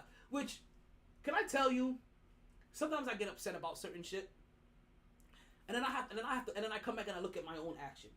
While 86 and a 35 is excessive, I'm also the kind of person that also lives his life a mile a minute on local roads. Meaning that if I'm driving locally, I believe going 60 miles an hour everywhere. That's just where my foot is set to. Anything else, and I feel like, why the fuck are we crawling? Am I in the school zone? I'm going 40. I'm just saying. We're going to be ending this podcast here soon. Just to let you... Not soon. Probably in the next half an hour. Should have been ended now, but we didn't get to half the shit we wanted to talk about. We could have a podcast on Monday. I may give you guys an afternoon podcast on Monday. Because I want to work Monday night. I want to do some overtime Monday night. So I may do an afternoon podcast. So on Monday, we may get a podcast at noon. And then the last podcast of the season, folks, is going to be on Wednesday at Sharky's. Come through. We're going to be starting something new. So this year is going to be kind of a build-up. Because it just came to me while I was taking a shit today. I should have said I was having a creative meeting with the other executives. But no, I was taking a shit. And, and it came to me.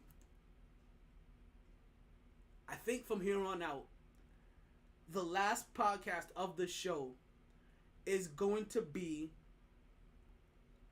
a summer block party at Sharky's. We're going to have I don't know if it's going to be a block party, but we all know that already. But it's going to be a summer party. It's going to be our summer bash party. Our summertime bash. There we go. Right? I want to call it something different. Our summertime, something with a D. So I could call it our STD. Right? But we're going to have our summertime bash. Right? The last podcast of every year, we're going to start having it from Sharky's. And we're gonna try to start it. We're gonna try to start today. So if you guys are in the area, come on out. Right, we're gonna have a nice little event next year. I'm gonna hire a DJ and all that shit. We're gonna have a real party. This year we're gonna see how shit play the fuck out. But also, don't you guys forget, July 17th, 11 days from now. Come on out to my birthday bash. It's at Tap 42. We're having it's the birthday brunch bash. We have 4 different DJs coming through, putting up a set. There's drink specials during that time. They have a brunch special. I think they got some bottomless shit that you can get. Well, I'm gonna fuck it up.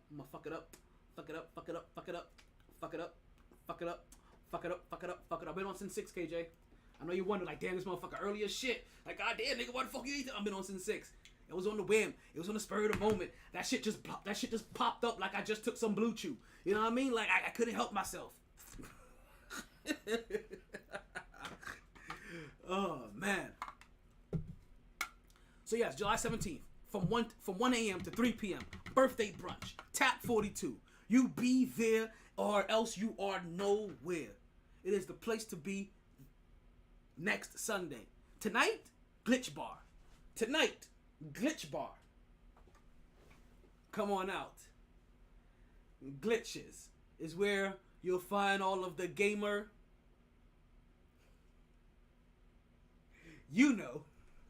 Oh, you must be talking about the birthday party next week. Yes, that's one of them. Birthday party next week. But also tonight, birthday party celebration, Glitch Bar. This is what happens when you're a Cancer and I have nothing but Cancerian brothers and sisters, Cancerian brethren and sistren. We all party together. And I'm the kind of person, if I'm available, I'm going to show up to your Cancerian birthday bash. And I'm going to turn this fucker out. We gonna turn this fucker out. Gonna turn.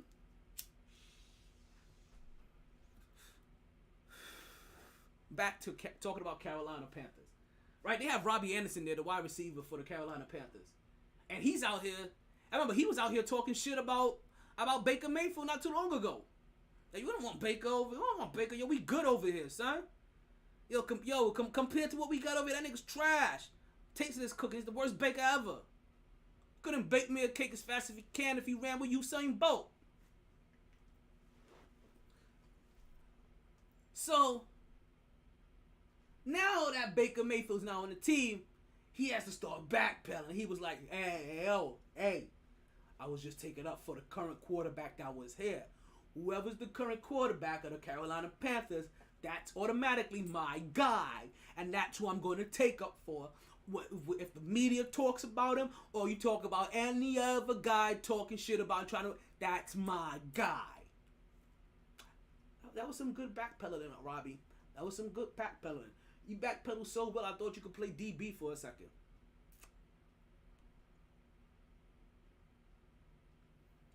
Now, let's get into some breaking news that we actually got into the NBA. Because it's the NBA offseason, right? This is the NBA offseason. We get breaking news all the time. We get breaking news all the time, right? But there's the NBA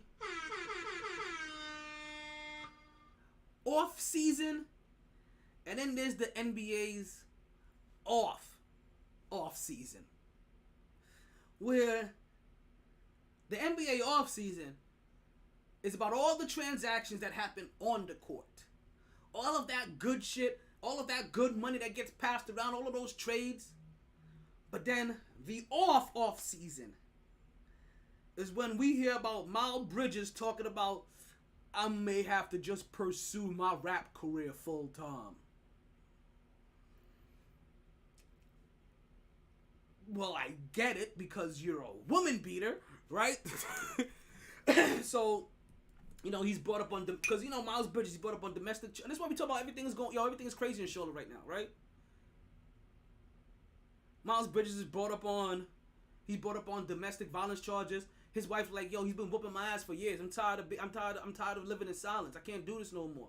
I can't live in fear. He's been whooping my ass for years.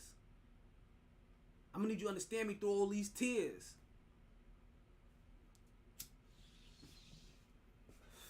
And Miles Bridges' response was, I don't regret a goddamn thing. Fuck that bitch. If I can't play in the NBA, I guess I'm just gonna have to rap for a living. I ad-libbed a little bit, but if I can't play in the NBA, I'll just go ahead and rap for a living. Was basically all his words. Everything before that was my perceived thoughts, what I perceived to be his thoughts before saying those words. I don't need nobody coming after me. We never know. He may not actually come after me. Like, most people that beat women normally don't like to fight men not regularly. So, let's see. Well, I'll cross that bridge when it gets here. But that's what the off season looks like. Miles Bridges, certified wife beater, talking about, you know what? I may take my talents down to the mic and become a certified MC, certified rapper. He's already certified on the TikTok. So that's the NBA's off season. In the NBA off season, we have Kevin Durant going dark. Now, this is crazy.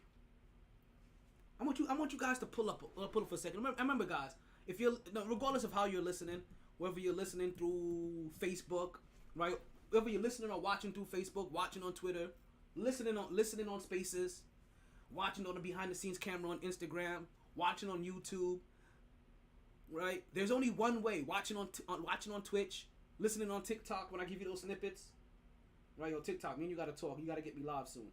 I don't know what the fuck y'all niggas waiting for. Right? Regardless of how it goes down, right? There's only one way and one way only for you to call in and actually join the conversation. And that is through the Podbean app. So for you guys listening through the Podbean app, you guys are in the right space, in the right place. If you guys would like to join the conversation, go ahead and call in through the Podbean. That is where our Blue Chew Get In hotline is at. And you can get it in too with Blue Chew. Just chew it and do it, baby. Just chew it and do it. Yeah. So you guys let me know what you think. Right? Because KD's going dark, right? KD goes dark. And normally, when we hear a player going dark, it's normally because they say, I gotta focus now. Time to lock in. I'm gonna take myself off social media so I don't get distracted by the millions of followers that I have. I'm going dark. At least that's what we are used to, I believe, right? But no. Not special KD. No, not him. Au contraire, mon frère. When Kevin Durant talks about going dark, he talks about cutting off his friends. The people that actually has his number. The people that yo, you're not one of my random millies. Like, you're one of my day one billies. You know what I mean? Like, I know you different than Peter, Rob, Pob, or Ball. You know what I mean?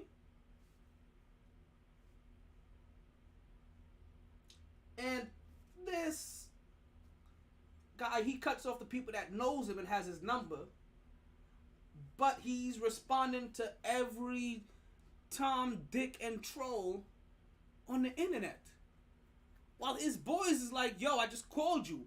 I can see you. I see you right now. It shows me that you're on.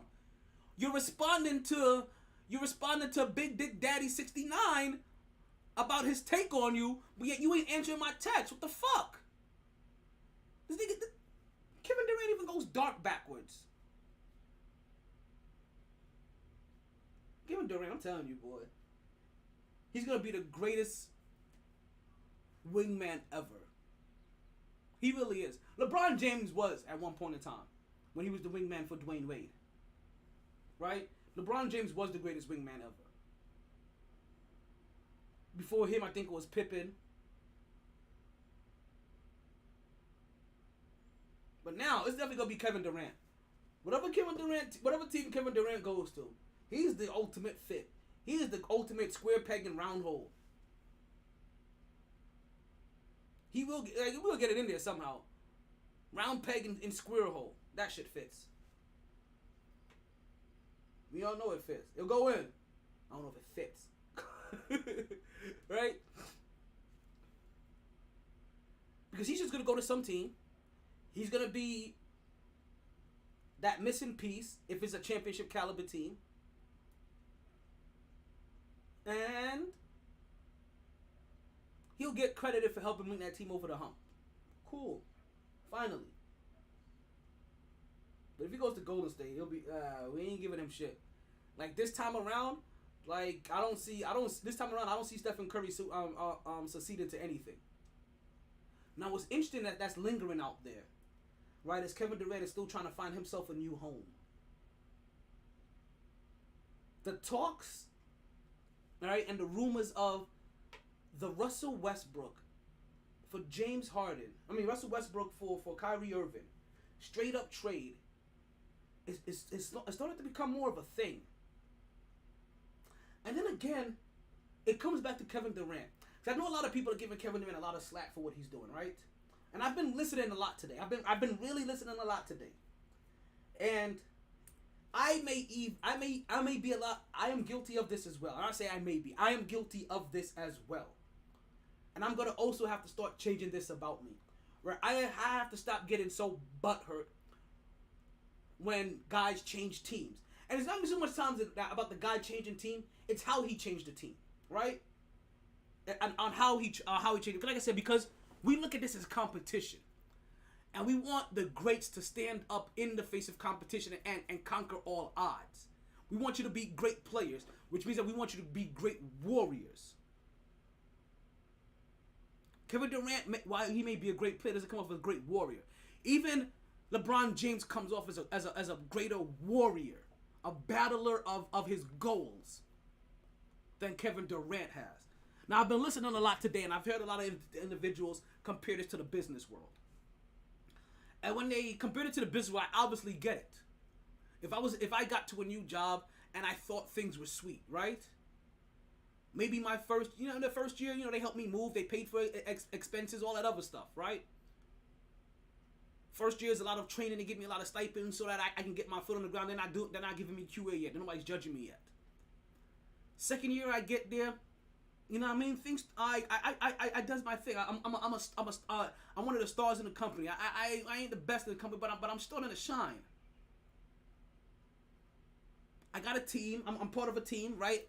And I become the leader of that team. I'm moving into the direction I think I want to move in this company. I have a really great person on my team that is kind of unreliable, but he's doing just enough. And I'm not saying Kyrie does just enough. In this business scenario, they're doing just enough to not get fired.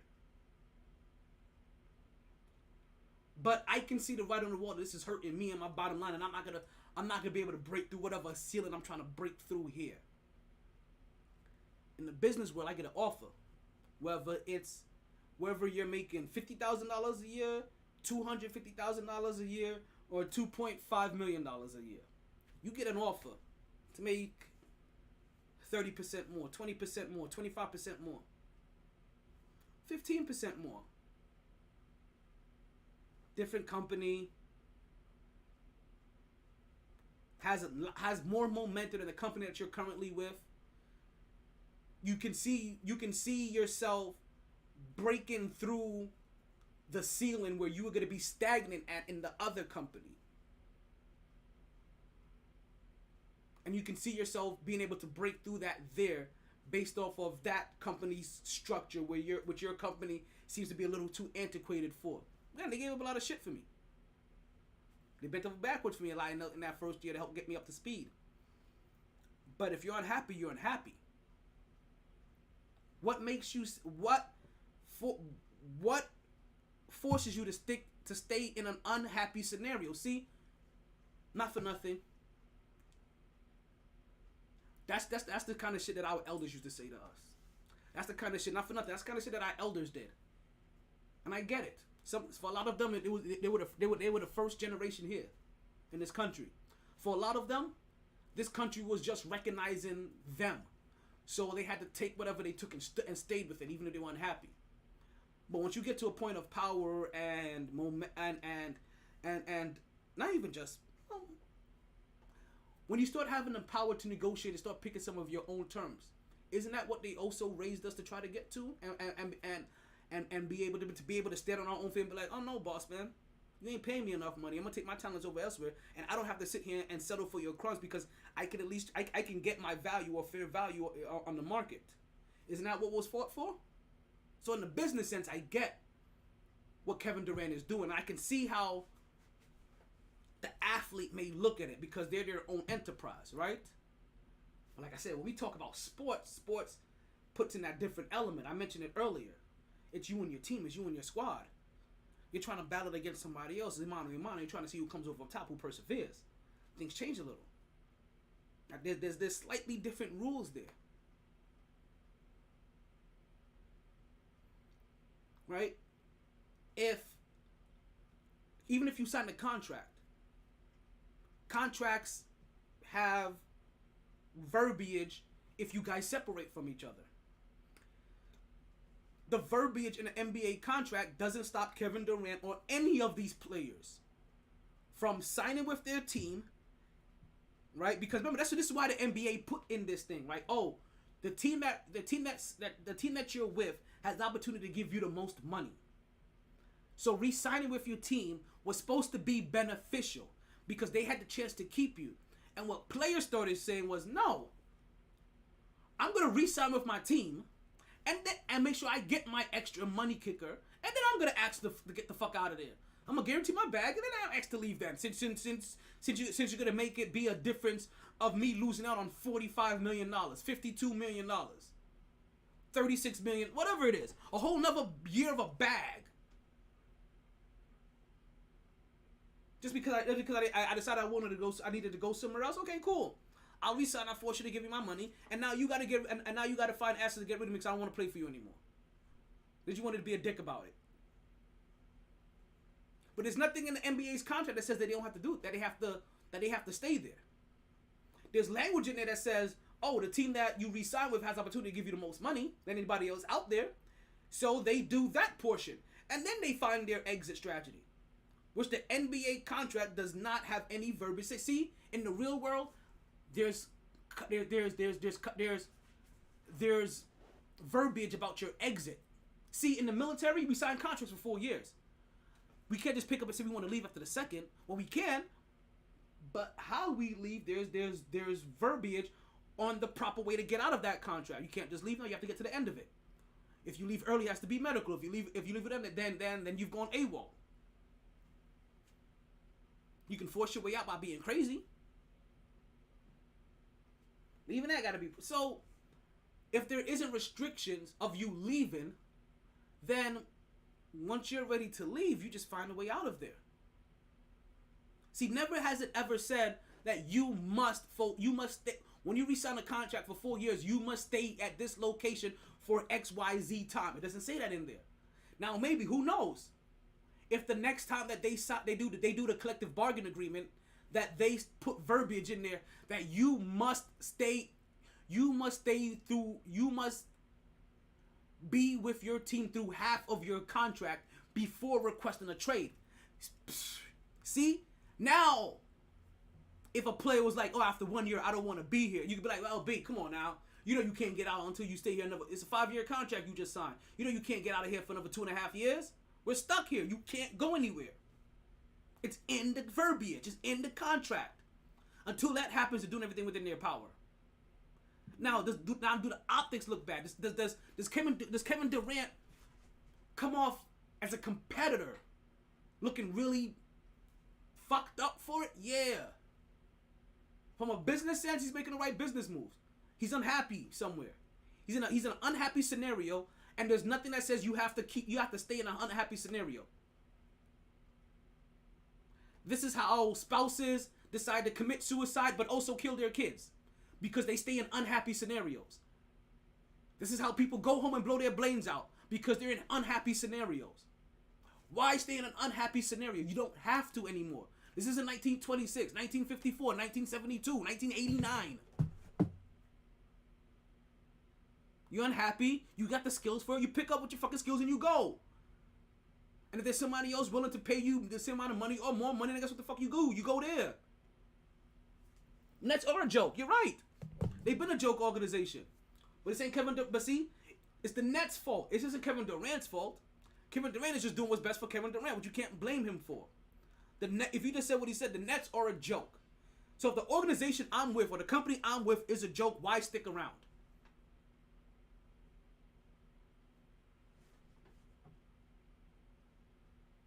I understand the Nets did everything that Kevin Durant wanted. When has that ever been the right move? Think about this from the beginning of time. The beginning of your time. The beginning of your memory. As a child, as anybody that's ever had to be managed, when has it ever been good to give the person that's asking for everything, everything? We don't do that with our picnics. I'm trying to get you on here. I saw you calling up Pillow Talk. I just can't find my mouse so I can click on your name. I don't know where the hell my mouse went to. Hold on, let's see if I can get my mouse back. I don't know where the fuck okay, you know what? I forgot I got a touchscreen. I'm over here looking for my mouse, but I got a touchscreen, right? Well, thank you for... Nah, it's cool. What's going on, Pillow Talk? I'm good. It's been a minute. Oh, man, it's been a while, man. How you doing? I'm good. How have you been? Change your name and stuff? Say that again? You changed your name and stuff? Yeah. You changed your name? No. I haven't changed the name. It's been the same. It's been the MyT Sports Podcast. But I feel like you've been around since the Pod God days, right? You know Pod God? Right? Yeah, I know it. Yeah. So yeah. We go back. Okay. Yeah, we go back. You know, I call all the way from Germany, so I hope you remember now. I do remember. I used to live in Germany. I remember that. I used to live in Darmstadt, Germany. I was stationed over there. Oh, really? Yes. Oh, yes, yeah. Germany is my favorite. Is the favorite place I was ever stationed. Not just because of the country, but also because of the unit I was with too. I had an immaculate leadership group that made me like perfect example here. If you were to ask me about my military career, my first 2 years in the military, I would have the way I would have talked about it, I would have told you I hated everything about the military, and as soon as my 4 years were up, I'm getting out. When I got to Germany, you asked me about it. The army don't look so bad. I had a different leadership group. I re-enlisted for 3 more fucking years because of them. Like, that's the reason I did 7 years, because what happened in Germany. So it's again, like, I could have, and I also stayed, and I also, when I re-enlisted, I also opted to stay in Germany 1 extra year. I was only supposed to do 2 years there. I did 3. And then I negotiated my way over to Indiana out of all other duty stations. Because, that's why I said, like, sometimes, that's why I said, people don't really realize how closely knitted athletes and soldiers are. But before I even get there, Pillow Talk, you called into the show. We only got like about 10 minutes. What did you call up to say? I'm sorry, I'm over here rambling and I got a call on the line. Actually, I had you talk about basketball, which I love the sport so much, but yeah, about Kevin Durant and all that. Actually, why haven't you touched about Dame Dollar? He just signed a new contract. Oh, listen, that was coming up. I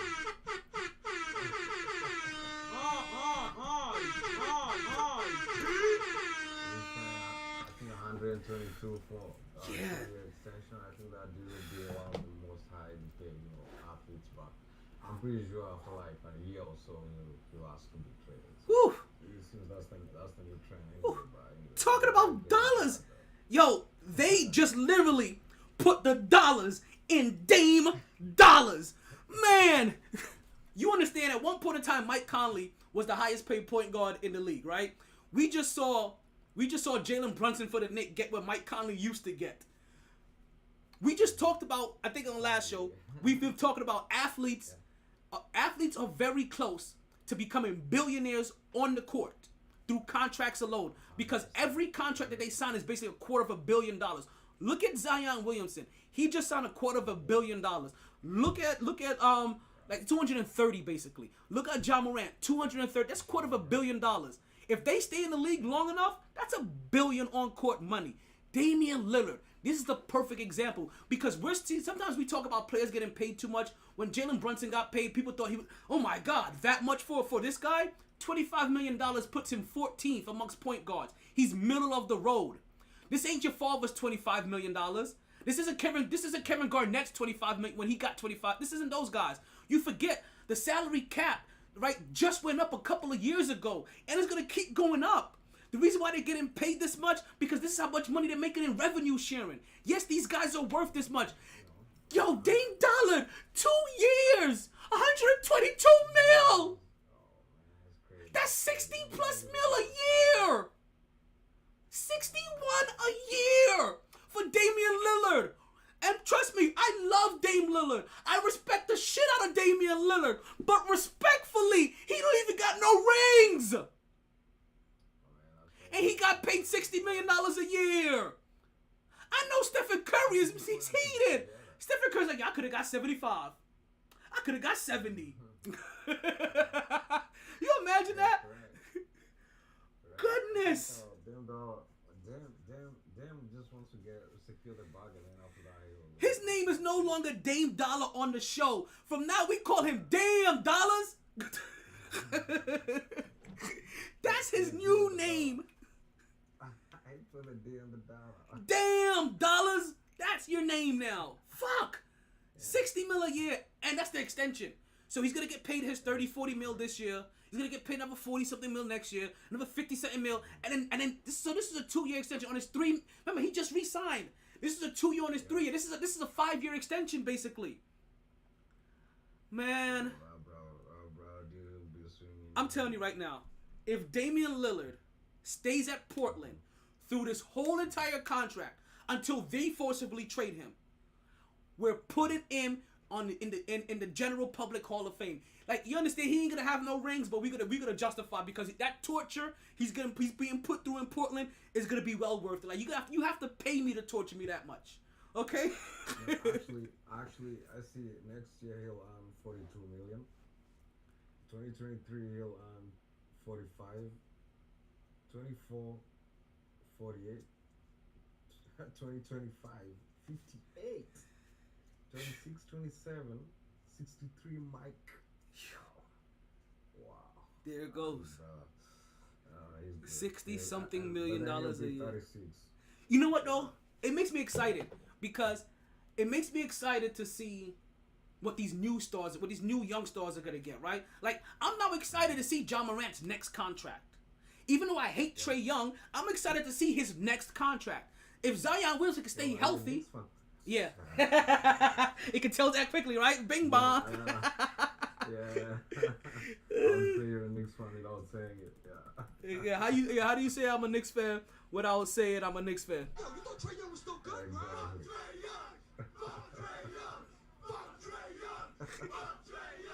Oh, Trae Young be bringing the heat. oh man. Yo, listen. I love Trae Young for that because I was running out of people to have a real rivalry with. As a Knicks, you understand? As a Knicks fan, I was still holding on to Reggie Miller. Like I had to like I was still beefing with Reggie Miller on the air. Like come on now. Like I'm muting commentator because like I needed somebody fresh that was now playing. And ironically, it's another light-skinned shooter. Ironically, yeah, correct. It felt like he did something major. It was just for one season. That was it. Yeah, well, just last season around. Playoffs. That was it. But it's not like Reggie Miller used to be at like almost every other season, right? No, every year they was in the playoffs. Every year they were in the playoffs. And like the reason I know because not half the time they were playing us. Like every year they were in the playoffs. We got about 3 minutes left into the podcast, folks. And don't forget that you can catch us here every Monday, every Wednesday, and every Friday night. But there's only 2 more seasons. There's only 2 more shows left into the season, folks. And then we don't come back until September. We're gonna take our summer break. Summertime. You know when I come back, there's summer. I know you gonna miss me because we've been together like Nike ears and Chris T's. S dots with the polo creased in. You understand? It's good time. No, but yeah, Dame Dollar Dame getting his dollars is massive. Is massive. Because like I said, it excites me about everybody else in the future. It makes me want to see what kind of money is gonna start being tossed around. And then again, it goes back to me saying, look how much money they're making, and yet none of these NBA players own a WNBA team. Why haven't they bought one yet? Exactly. That was a very good point. It still baffles my mind. They're as cheap as a franchise can get right now. But you, in 20 years, with some of you guys' shine, some of you guys' clout, some of your connections, you can make the WNBA into what the NBA live. Like I'm sorry? I saw something like that. When they buy soccer teams though. Yeah, they buy soccer teams because I think they're more lucrative than basketball WNBA teams. Yeah, they're buying 5% of a soccer team though. But for the love of the game, they should do. They should buy some. But see, when they're buying soccer teams and football teams and basketball teams and baseball teams, they're buying 2% of it, 0.5%, 8%. You could be an owner of a WNBA team. Like it's literally right there for the taking. Man, I thank you guys so much for listening. You can build one from the ground up there. For real, listen, everywhere they want to, they can use it all. But we just lost the people on Podbean. That means the show is officially over, I think. Yep. So I want to thank everybody that has been listening. Thank you guys for joining the show. We had our abrupt, and I told them we was going to be losing them soon. Like, it really sucks that we lost them that early. We was really just getting into it. We'll be back again on Monday. I'll probably give you guys a noon show, right? On Wednesday, we'll be at Sharky's on Wednesday night. We're going to end everything here. Thank you guys for listening. Continue to catch a wave that never subsides. Shout out to the boy Toby and Wigways, but also continue to transform yourself into the kind of person that you would want to work for you. That is strictly from right here in the MyT heart, folks. We're out of here. When we come back on Monday, we're gonna talk about a lot of stuff. Listen, we still gotta talk about we still gotta talk about Devontae Graham, right? We got the PJ Tucker and Jimmy Butler beef to talk about on Monday, right? What else we got? What else we got coming up on Monday? All right, we got a couple of summer league games. Right, we're gonna see if any of these transactions have been finalized. Who's on the move? Is Kevin Durant still gonna be a Brooklyn Net when we return on Monday? All that and more on the MyT Sports Podcast when we return. Thank you guys again. Last 2 shows of the season. Make sure you're here because this is where it is at. MyT.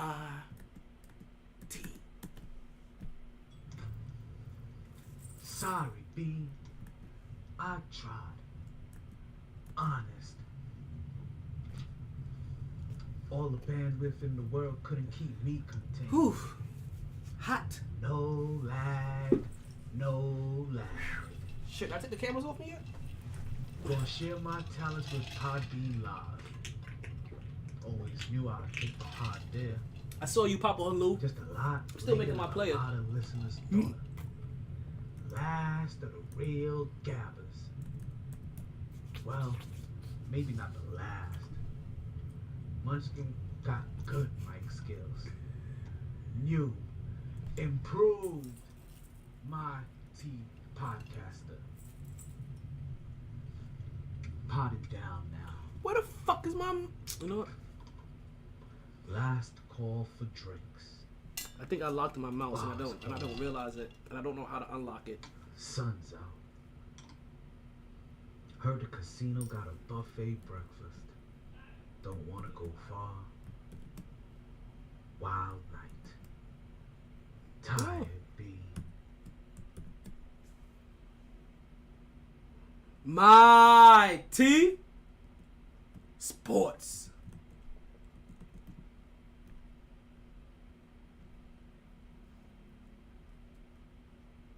Say what? Damn, salute to Dame. He made the come off a crazy bag. That he did. That he did.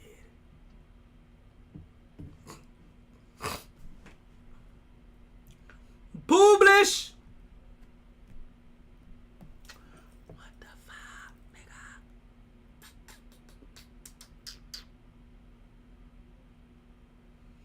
nigga? Ooh, fuck, shit, bitch.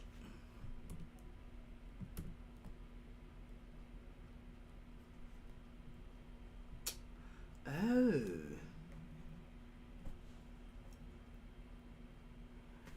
Hey, yo. You missed the prior comments.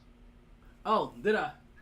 Yeah, I said, yeah, he got that money, but him and Bradley Bill are never allowed to complain or talk about one being a winning situation. You had your opportunity to make him move right now. You didn't. But at the same time, like you said, business first. Take care of your business first.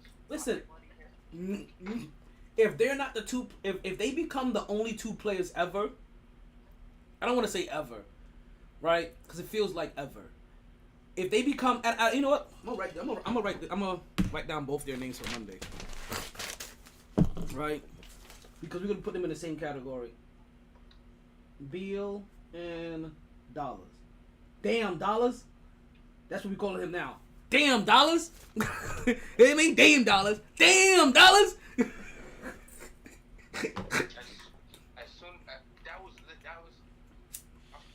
said that because when I got the notification at the workhouse, that was my first reaction to it. I said, all right, congratulations. Understand. I want to hear no talk. Okay, so about complaining about winning, none of it. no, I'm gonna give them if Bradley Beal and Damian Lillard, right? They may get the lifetime achievement pass at the end of the day. If they become in this era of player movement, right? When they call it player empowerment, but in this era of player movement, if they are the only two guys to stay loyal to their team, even when their team is going through their shit, even when their team is going through their shit shows, they are the guys that want to be loyal in this era where we talk shit about every guy, every person that's on a superstar level. You know what I mean? When they change teams, then and they decide that, yo, we want to be the guys that ride it out. I'm not gonna fault them for that. Oh, I won't fault. Like if they be like, yo, like I want to win, but this organization isn't doing everything. Like I'm not gonna fault them for it because they are sticking through the hard route that we complain that none of these other stars aren't doing anymore. So we either complain that these guys ain't sticking it out anymore, or we don't complain when they do stick it out. But we can't do both. I can't complain when you stick it out and when you don't stick it out. Right? No, I'm not going to like bash them, get on them in terms of them staying there and their team not being good and blah blah blah blah blah blah.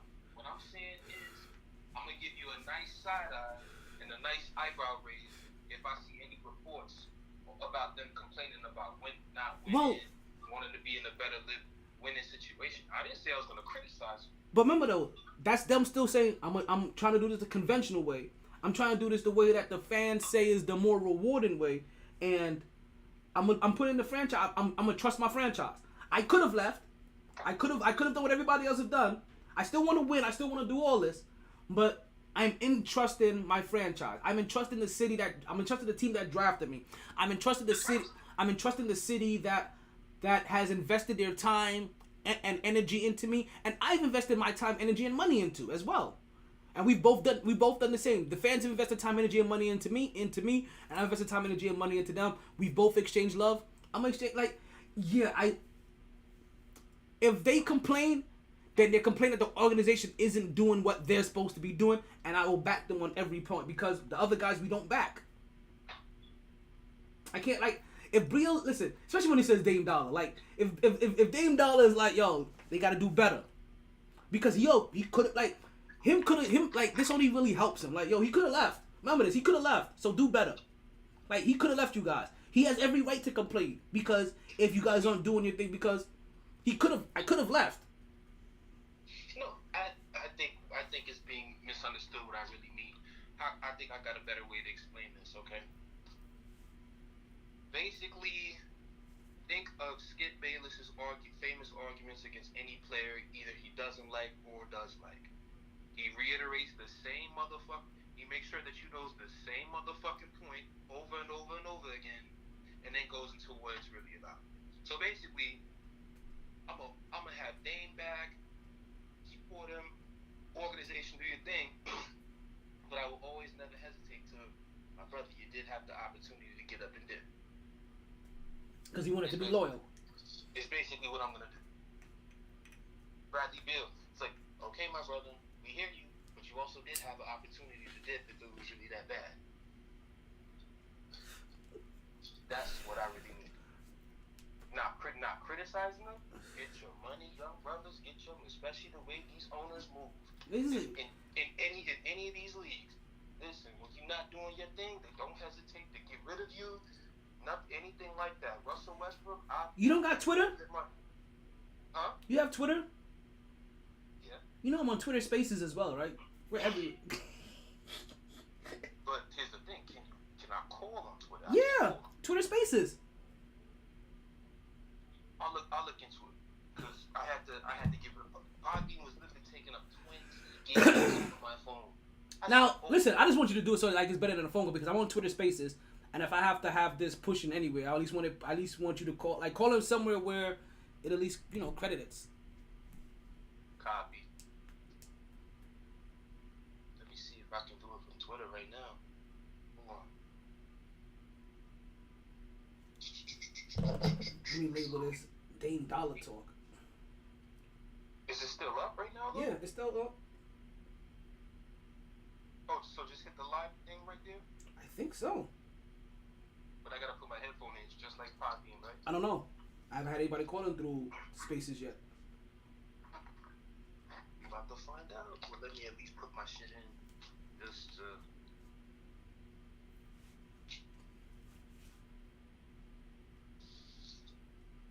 Ooh, the Knicks are playing next, but I'm not gonna be here. I'm about to leave soon.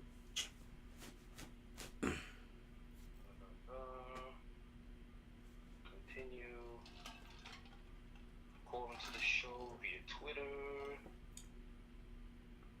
Let me know if I'm on.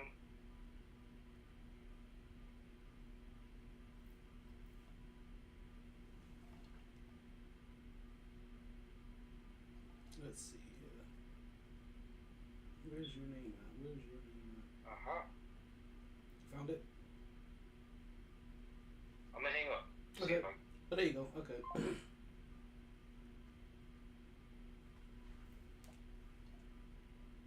Can you hear me? Could you make sure you turn your mic on at the bottom?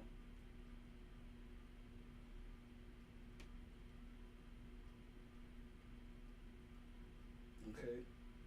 I had to approve you.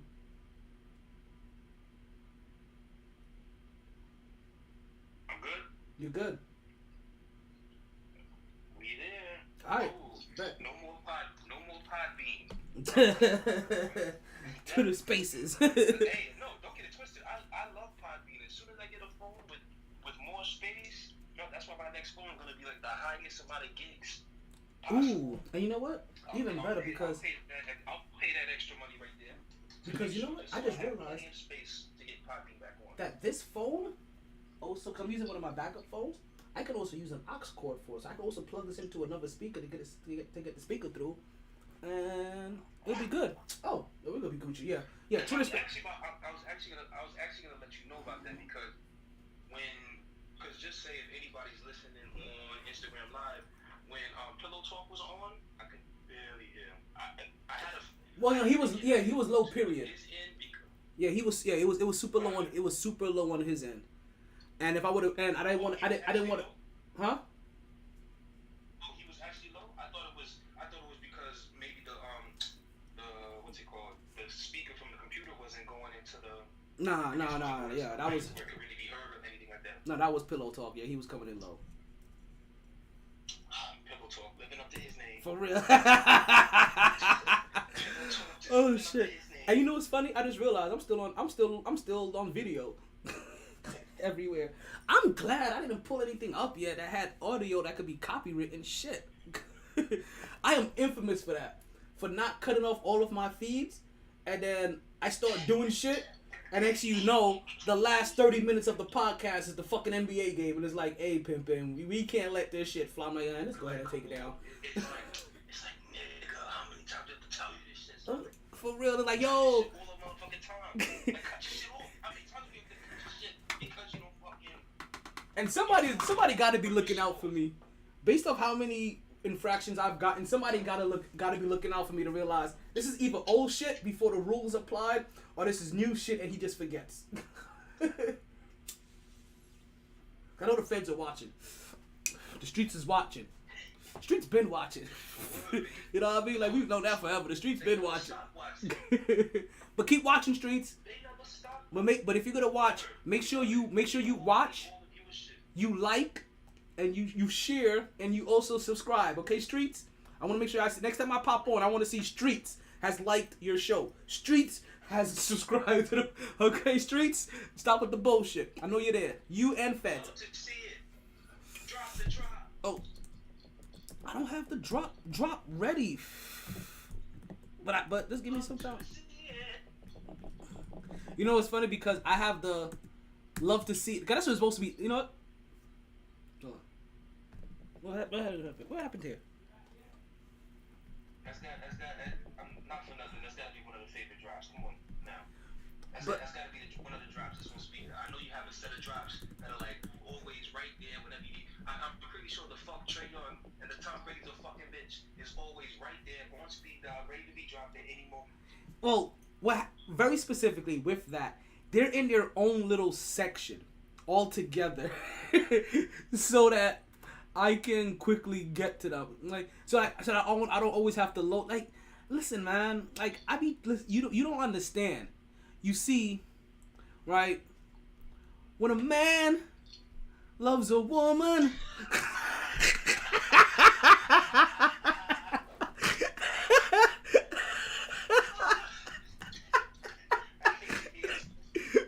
You know, I hate to see it. I'm having a fundamental issue right now, though. Hold on. Because I am playing sound. Oh, I accidentally muted my sound. No wonder. I was like, I'm hitting the sound bar, and ain't shit happening. Speaking of love to see it, you got a chance to talk about the Raiders with the I did talk about that. what's it called, the new president?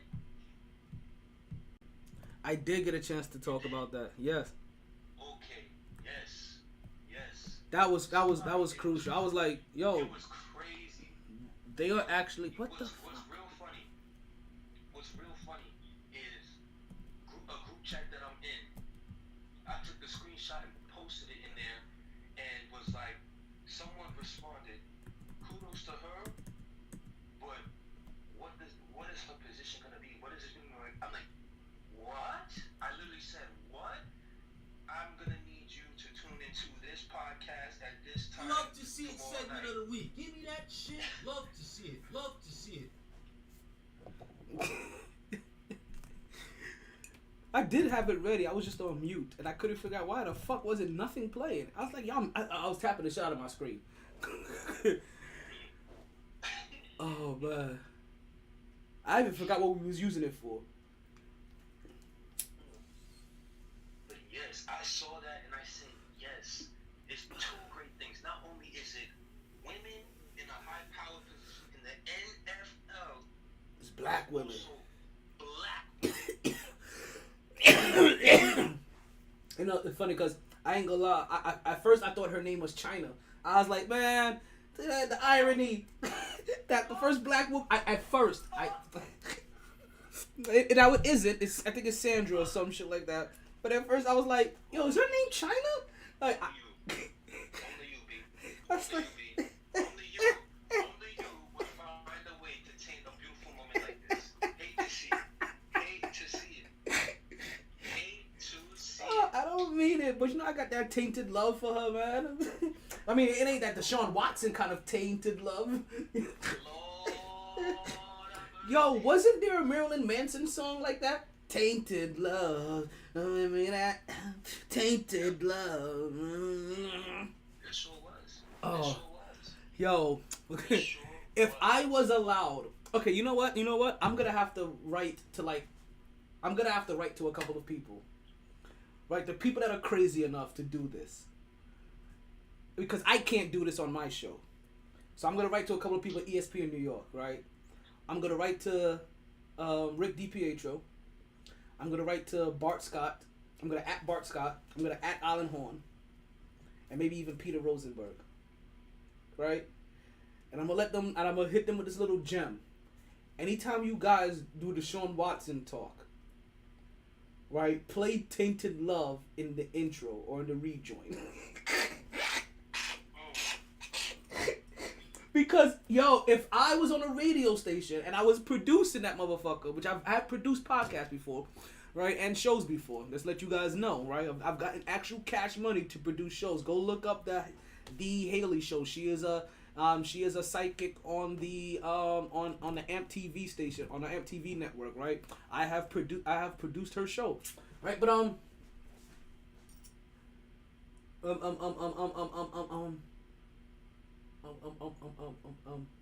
yeah, if I produced a show, I would definitely, every single time that there was the Deshaun Watson talk coming up in the next segment, I would play "Tainted Love" in the rejoin. Or I would have the underbelly, or I would have the underbed for "Tainted Love," like playing anytime there was gonna be any kind of talk related to Deshaun Watson. And this is why I'm mad this ain't the early days of the podcast. Because during the early days of the podcast, when it really was Wild Wild West, like season 1, 2, and 3, right? Before the feds came in here and kicked in the door, waving the 4-4, talking about you play any more of that shit, we're gonna flag you some more, right? Like before that shit started happening, right? If I had a segment, if I had an idea like that, if I knew I was gonna be talking about like a certain topic or a certain person, there was a theme that also went along with the beds of songs that I played that day. Like the beds that I played that would tied into what was going on, and kind of like, and also kind of like the segues and stuff like that I played, that I utilized, they were all tied in. And if I was talking about a segment and a song was playing, like a lot of my puns may just be for that, you know what I mean, related to the song, that in case you didn't know what the song was in the background. Like it really did help with the creative juice. And I'm telling you right now, and it also had a lot of subliminal messages in there. And I'm telling you guys right now, if I still had the opportunity to do that shit, man, you know what? I may do a dark episode. Ooh. I could have dark episodes on Podbean. Over the summer, I'm gonna do because a dark episode meaning I don't publish it anywhere. You catch it live on Podbean or you don't catch it at all. Not even Instagram Live. No, you can't catch it anywhere. Because also on that episode, we're taking it back to the old school. We're taking it to Union Square. We're taking it back to season 1. Playing songs like we just don't care. Oh, that's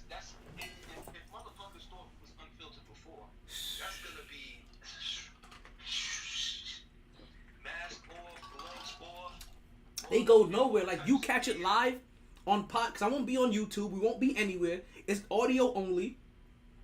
And it's on Podbean Live only.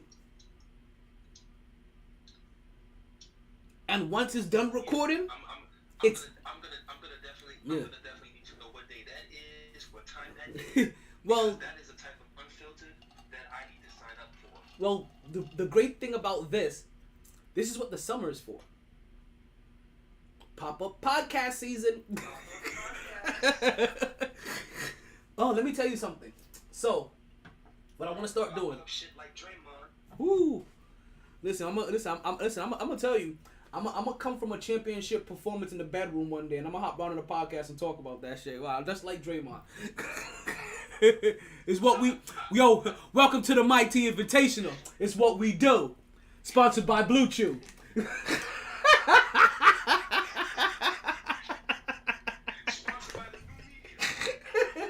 Sponsored by Blue Chew and the new media. Sponsored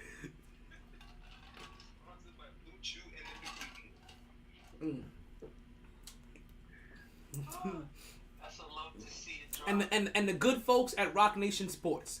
They don't know it yet, but we are the unofficial Rock Nation Sports Podcast. Jay-Z, cut the check, nigga. I do. So let me tell you what I wanted to do, right? Because I don't want to talk about the other idea. That's an actual money thing. I want to start having a MyT end of the season, and you guys know what I'm doing right now. We're having production meetings live on air. This is what we do here on the MyT Sports Podcast. We bring it behind the scenes. This is family. You at the table with us because I want you guys to hear this too. Where else can you get this type of content on your favorite podcast? Where we're discussing what we plan on doing on some production shit, and people, how we're talking to you on the air in terms of our production. This is how we are off the air. Mm-hmm. If not a little bit more unfiltered. Mm-hmm. Way more unfiltered. So I want to have a MyT Sports Podcast end of year summer bash party at Sharky's to end the season every year from here on out.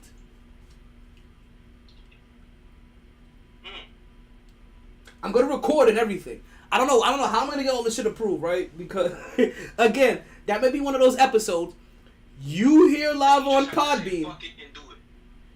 Like you hear live on Podbean, or that's gonna be one of those episodes I may have to like record, right? And then B-roll the fuck over the, you know what I mean? Like and then edit the shit out of it over the summer.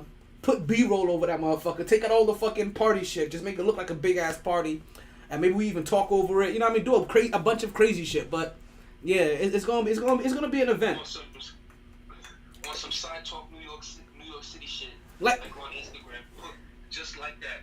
Pulling up to the fans in the streets, going crazy, going nuts. Hell yeah. So next year that's something I want to do. So and also just let you know something that we're gonna make sure we talk about all year long next year during the podcast. I'm gonna try to make sure I remind you guys at least once every single week because I want fans to know at the end of the year, like it's gonna be an appreciation party from me to you. Like you understand? Like I'm gonna hire a DJ, shit like that. I'm gonna reserve the bar where you know where the podcast happens at every Wednesday. Right, we know it's gonna end at this year. So this year we're gonna have a little mini party. Like I haven't had enough time to let everybody know we're gonna have a party. So however it goes down is how it goes down. But I may start. Anything. Yeah. What we really need to do, we need to record Sunday. We need to record Sunday at Tap. Post some of that party content on social media of us living it up for the B-Day. And it's like you want to join this party? Catch us on the MyT Sports Podcast every week. Every Monday, every Wednesday, every Friday. Yo, it's crazy because you heard Pillow Talk. Pillow Talk was like, damn, I should have hopped into the podcast earlier. Yes. If this is your first day listening, this is your last day listening. You should have hopped on earlier. This you understand? Well, there's two episodes left in this season. When we come back, it's the 8th year of this podcast. I thank you for listening. Like, wherever you came in at, but you should have been listening earlier. Them early seasons was fucking fire. I think those early seasons started. Wait, 8 years ago where was LeBron James 8 years ago? He was in Miami. Miami still. Yeah. So this podcast started while LeBron James was still in Miami. He may have also been one of the big reasons. It might have been his last year in Miami or first year back. Sometimes I think what 2K14 jersey he had. I think it was Miami. That's the Yeah. 2K14. Yeah, that's the one I didn't buy. I love how you remember this shit by using 2K.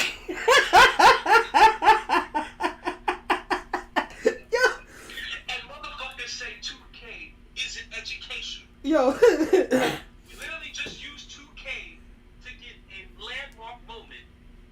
Hey, what am I watching right now in the background? The 2K Summer League.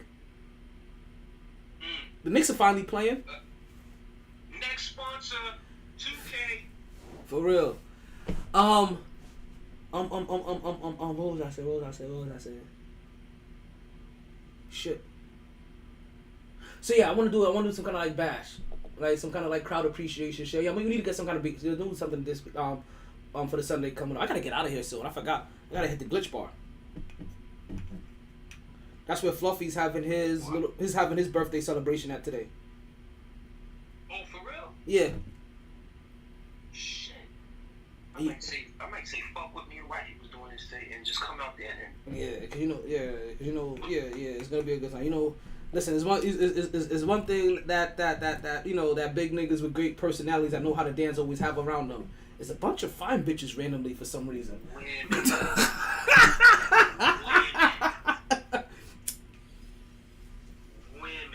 all I know.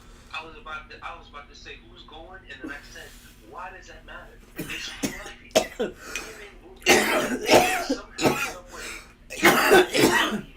And if you've never been to Glitch Bar is basically a big ass video game bar, as well too. I mean, I forgot which date I took a date there once. I took a couple of dates there. It's a nice bar to go to. It's one like if you ever meet a chick that likes to play video games even in a little bit, right? Especially like if they were like an arcade nostalgic kind of person, right? Take them to Glitch Bar. Like, I didn't get a sponsor for Glitch Bar. Shit, I may have to hit up Glitch Bar soon. Cause you know we need to add another bar to the. But who is all going anyway? I don't know. I don't know. That don't even matter to me. I'm there. Who cares? Yeah. It's fluffy and it's Glitch Bar. It's Fluffy and it's his birthday. Like, it really don't matter to me who's gonna be there. I'm doing. Exactly. Listen, if I wasn't going to go, the podcast would have just started right now. But instead, the podcast is ending right now, so I can go. So that shows because I don't change around the time of my podcast for damn near anything. Like you guys have seen me all year. If I wasn't out of town or doing some shit for one of my little peoples, I have rarely changed around this podcast all year long. Like, I may have started late. That's why we say 8:07-ish. But Heavy on the ish. for real, but like Ja Rule and Ashanti said, I'm not always there when you call, but I'm always on time.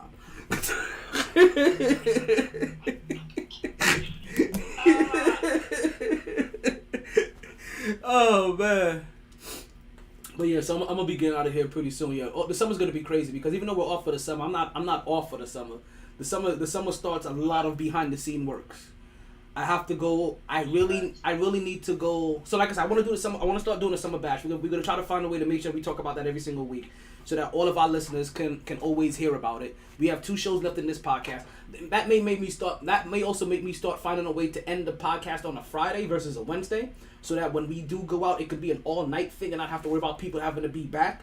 So that may be the other thing that changes. Work tomorrow morning. Yeah, exactly. So that may be what changes from this year to next year. This year I'm ending it on a Wednesday, but next year that Wednesday podcast, I may not really be having a podcast. It may just me be recording the party, and then I'll end up showing that recording the next time that we talk or some shit, and just have everybody see that shit while we talk over it, and they don't see us while we're talking on that show. They'll just see images of the big ass party. Images and litness of the party. For real. But yeah, and then also in the off season, I have to go find a studio. I have to go get that studio reserved for Fridays. And it's gonna be You told me about that. Yeah. So it's not gonna be every Friday because it is in West Palm. So I understand how that's gonna be, but it's gonna be Friday. So at least again, it's the end of the week. So again, it alleviates, you know what I mean, hopefully having to rush out of there depending on what the fuck is going on. And if anything, if it, You're gonna make niggas get a fucking hotel. Niggas just say fuck it and rent a hotel. Because you know I'm still gonna get there and drink. You gonna smoke? I might eventually. But no, we can't smoke in studio. We can't. Yeah, studio. So it's a school studio too. So yeah, so like that's it ain't. Yeah, we can cuss up a storm and we can still be normal. Can't smoke in the studio. The drinking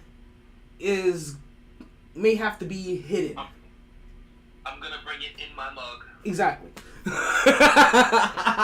In a like you know what I mean, like I may keep like a couple of them like you know like a professional cooler or something, like we'll never know, like I'll do my own thug fizzle, but and also something we'll have to clean up us, but because while trying to get guests on this year, right, I've had a very hard time on guests following through, right, but I'm gonna work on them all next year. I'm gonna work on them on the off season. And I'm gonna work on getting them scheduled.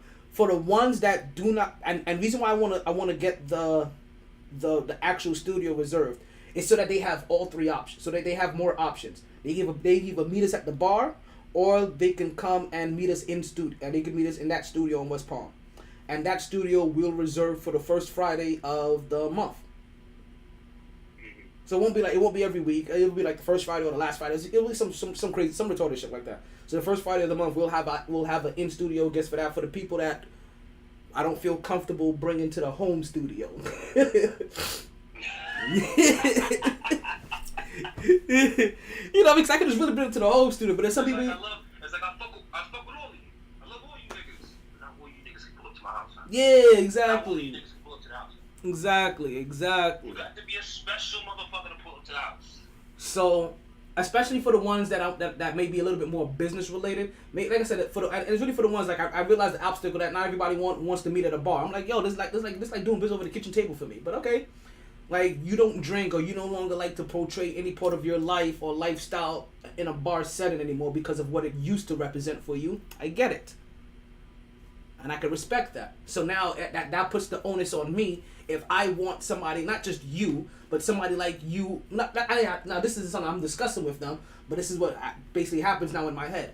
And let's say if I don't want you on my show, but if I want you on my show, anybody that thinks like you on my show, I need to be able to provide different accommodations for you to be on my show if I really want you. So this is me now chasing those different accommodations. Like I said, I do this shit because of you motherfuckers. Like I'm supposed to be off for the summer. It's supposed to be La Playas and putas. I got La Playas, putas, and appointments.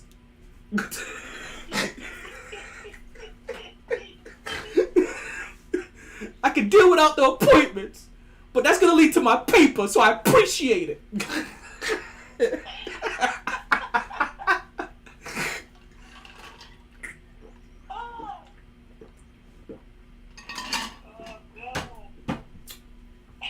I told you guys how I feel about my workplace. Like tomorrow I gotta go get a bottle of vodka from Sam's Club. I made us get 2. I made us get 2. Cause you know it's summertime. Yeah, it's summertime. It's summertime.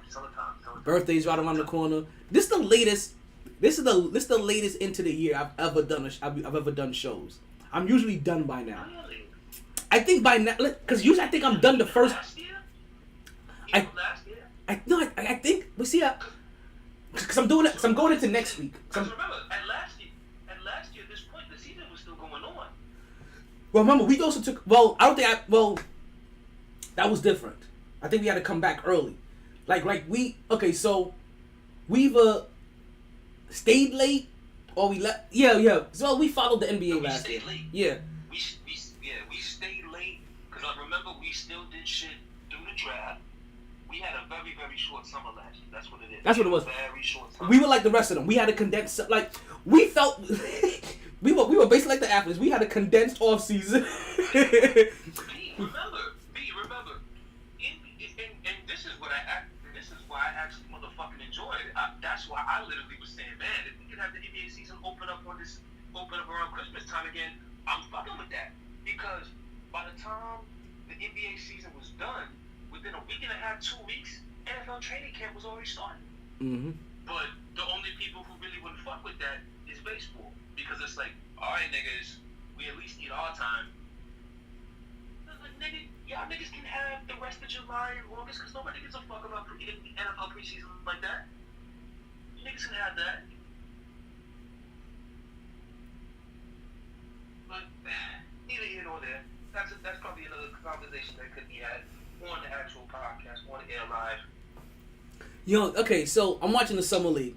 And the Summer League as a Knicks fan is only interesting because this is one of the few times we know all of our young players that we want to see on the court in the regular season is going to be able to get burned and play as a unit.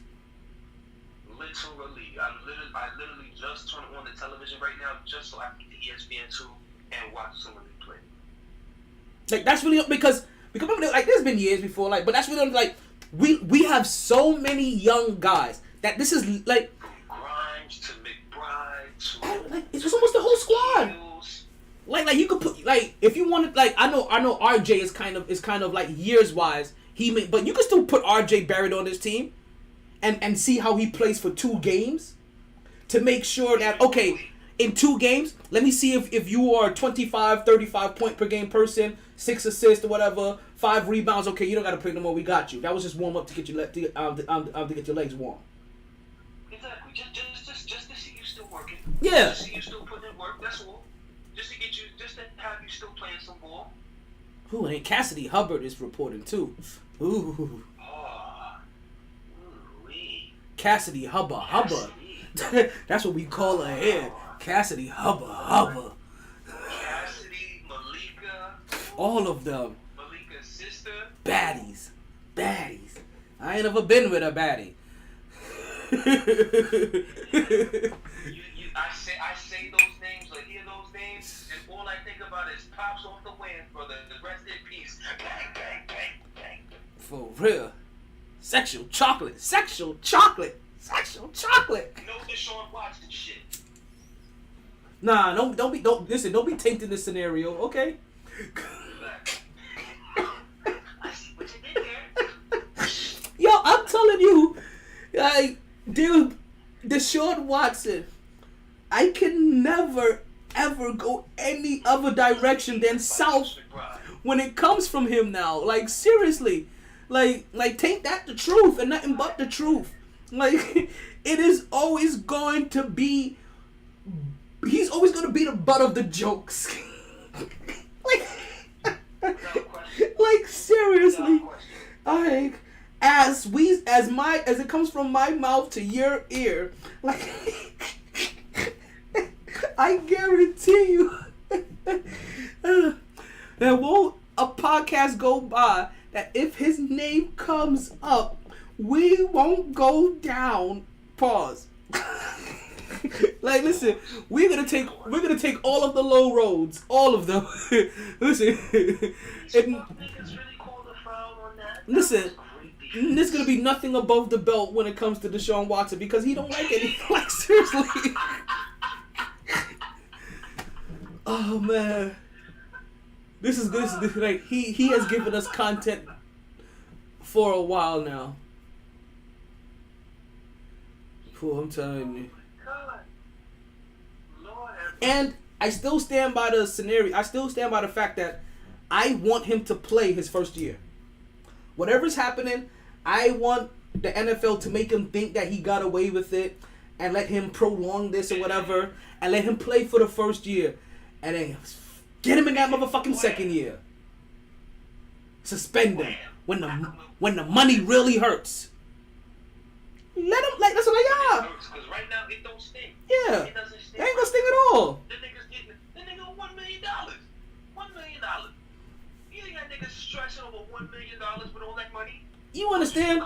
Vince You come for that 35, that 40 mil. Yeah. And it's like, whoa. Vince McMahon was paying more than $1 million a year to 4 different women to keep their mouth shut. Like, they ain't gonna do nothing.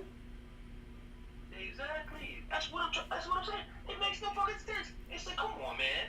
And then shady Like, Cleveland Browns The Rock. knew that and set up the motherfucking contract. For real, they need to be punished too. They need to find a way to take away their first 3 picks for the next 3 years. If Cleveland needs to be touched, Houston needs to be touched too. Oh, listen, yeah, they both listen. They all together. Real talk. I love Chill Will. There are 2 topics that he gets me upset about, and both of them are literally intertwined with each other. One, Deshaun Watson, when it comes to actually just throwing the football, nothing else, just throwing the actual football. He talks about him like he's motherfucking Tim Tebow or Lamar Jackson when it comes to throwing football. That is disrespectful. Deshaun Watson can throw that ball as well as motherfucking Patrick Mahomes. Alright, that's one.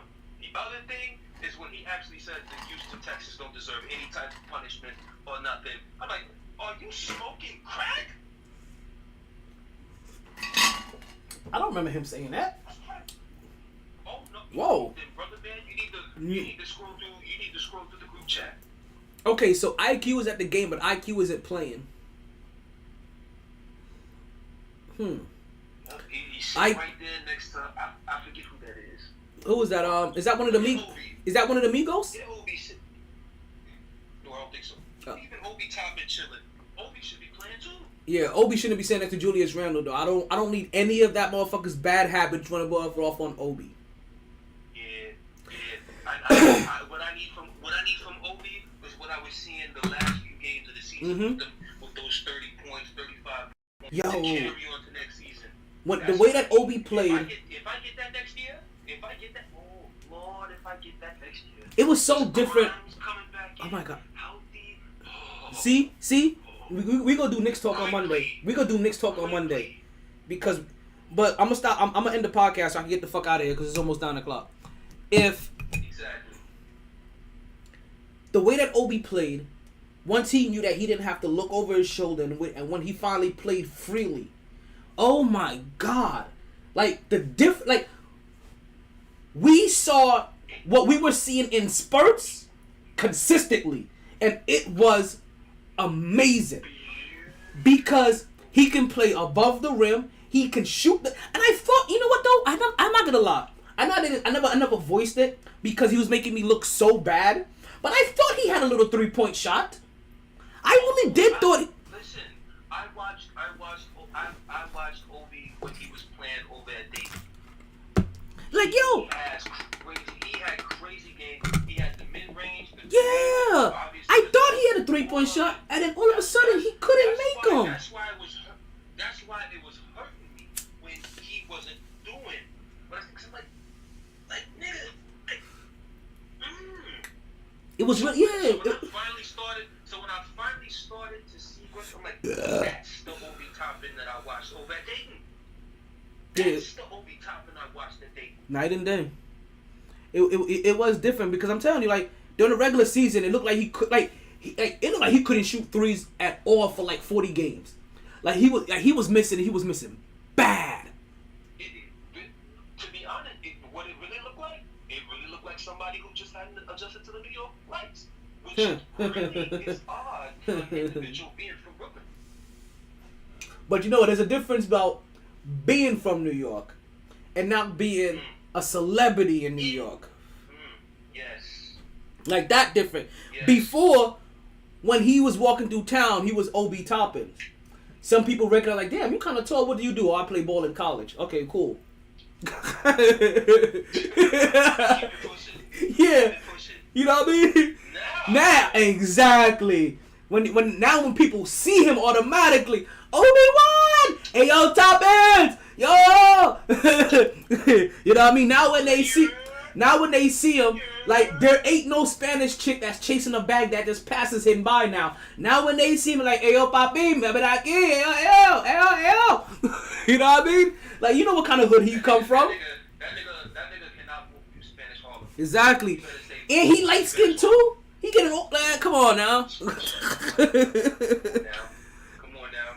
All the nigga need to do next year, average 23, 25 points a game. Wait, no, more than that. He needs to average 9 rebounds a game. That too, yeah. That probably 9 I rebounds. was just starting. I was just Oh, starting oh, with the point. oh, I was just starting with the point. Come on now. oh. Come on now. I'm gonna need 1 block a game from him now. Oh yeah. Because we need some defense. We can't have nobody out here not playing defense. Fuck that. See, you know what's happening? I'm gonna tell you this right now. I don't feel there are times where I am disappointed with the Knicks, but sometimes I'm too understanding. But I feel like we could have been more active, but Julius Randle's bad play fucked us up. I really think that he should have been that he would have been in a trade package already to free up Obi to play, right?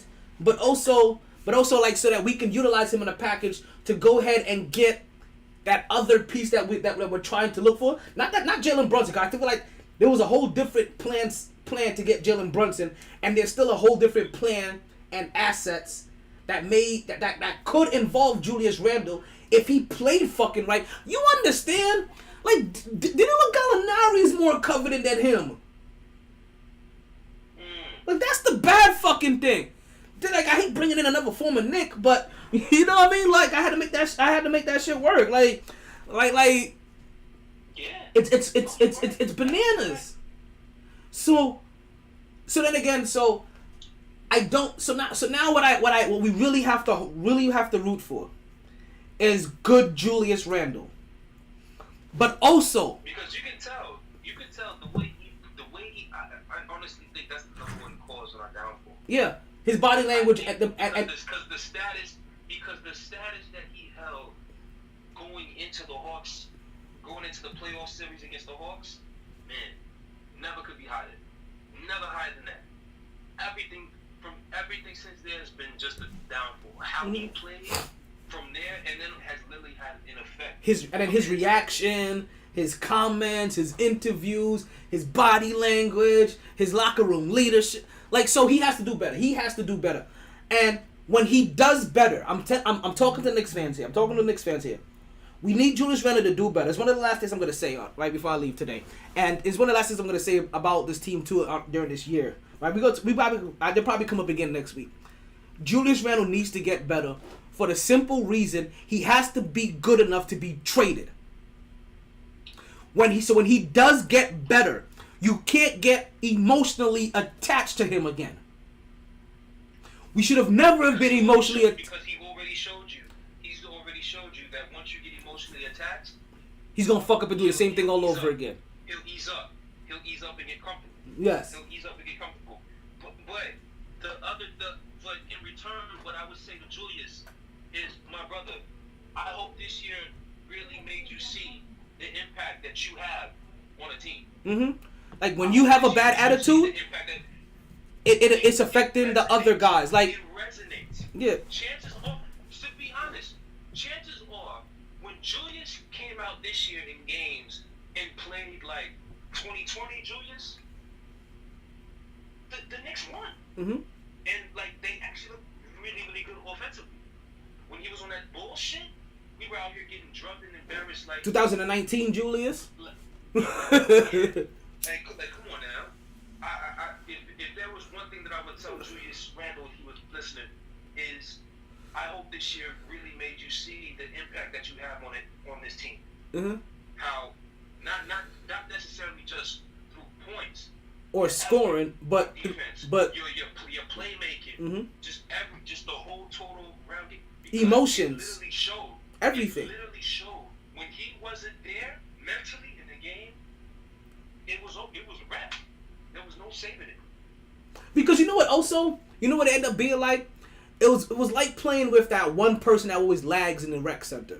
Like, all 4 of y'all could be doing y'all thing, but damn, this guy can't get the ball up over before 8 seconds. Fuck, this guy won't inbound the ball. God damn it, he's leaving it. This guy's leaving it. Like, you guys are doing everything right, but you just can't keep you can't keep compounding. Yeah.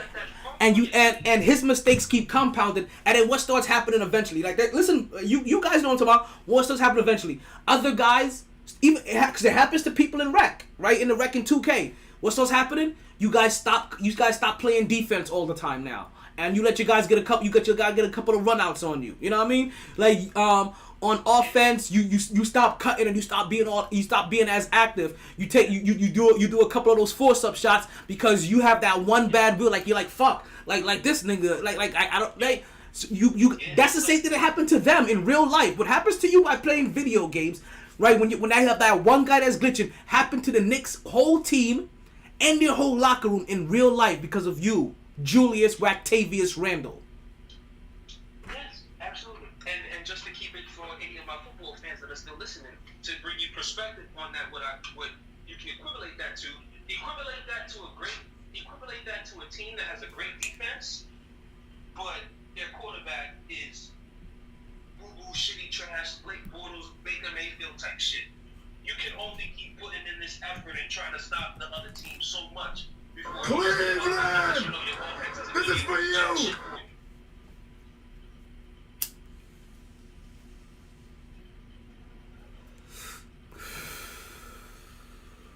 Yes, I did. Okay. No, yeah. Make sure. No, yeah. He didn't respond. I was like, oh shit. No. We got it in. We got. No. It's gonna be interesting. It's gonna be interesting. Like I said, these are the storylines that surround the Knicks.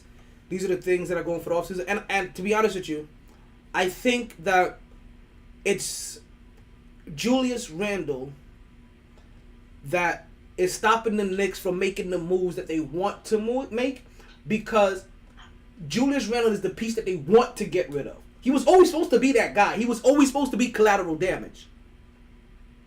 Mm-hmm. But And that 1 year fool. yeah.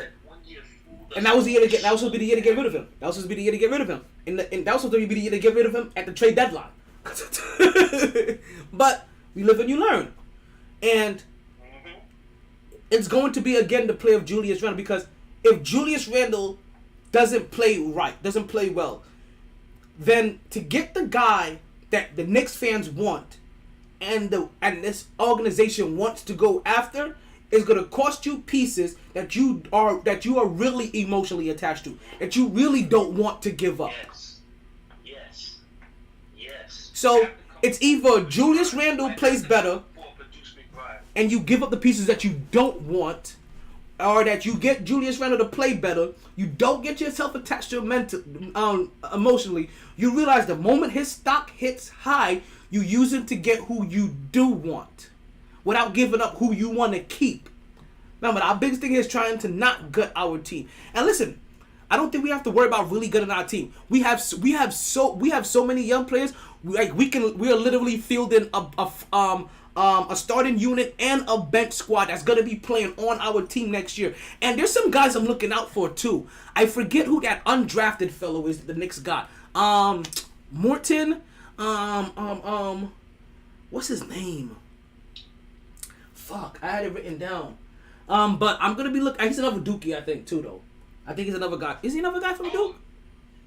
Trevor Keels? No, not Keels. He may not be another guy from Duke. Keels is the guy that got in the second round. It was the undrafted person that it was the undrafted prospect that they drafted, undrafted rookie that they picked up. He's the guy I'm looking out for. I am telling you, like, listen, I like Jalen Brunson, right? And I appreciate what Jalen Brunson is gonna help do for this team. The number one thing Jalen Brunson is gonna help do for this team is also help the Knicks find that backup, find their true point guard. And I'm hoping he's still on this team. Because you have to figure, right? Just imagine this. Now we know for sure, if any of these guys are able to beat Jalen Brunson for the starting job, then they're good. And we have a good problem. I was about to say, we kind of have a $110 million problem on top of a $117 team. Well, no, but I'm also no. But I'm also saying this. I'm not expecting Jalen Brunson to play bad either. I'm saying that if Jalen Brunson is playing good and one of these guys outplay him, then we have a really good point guard. Because Jalen Brunson's good, so that means we have a really good point guard on our hand. And that means now we can run 2 point guard sets, or we have somebody coming off the bench. We have the young guy that we can still wait for a little bit. We can really make sure we split minutes when it comes to Jalen Brunson. And like I said, but you know what that also does? The only problem. What's that? The only other problem that would worry me, and this is when I feel like it would be exposed, like, you know, God willing, Knicks get to the playoffs. If that was the case, but what you're saying, defensively is where we would have some issues. It's not like we have the biggest, tallest guards out here. Well, it's an You know what I'm saying? ill. And if one thing this past NBA playoffs really opened my eyes to, and this is where I have to credit a good amount of these teams, the ones that make it. If you have the slightest defensive weakness, one or two things are going to happen. The team you're playing against is going to capitalize the motherfuck out of it. It's like Unless you're the Boston Celtics. The Boston Celtics won't do it. It's like the man who finds a spot, who finds his woman's spot. You're gonna toy with that shit, until she gives you exactly what she wants. And makes you come up off with it. Splash City. And Splash City.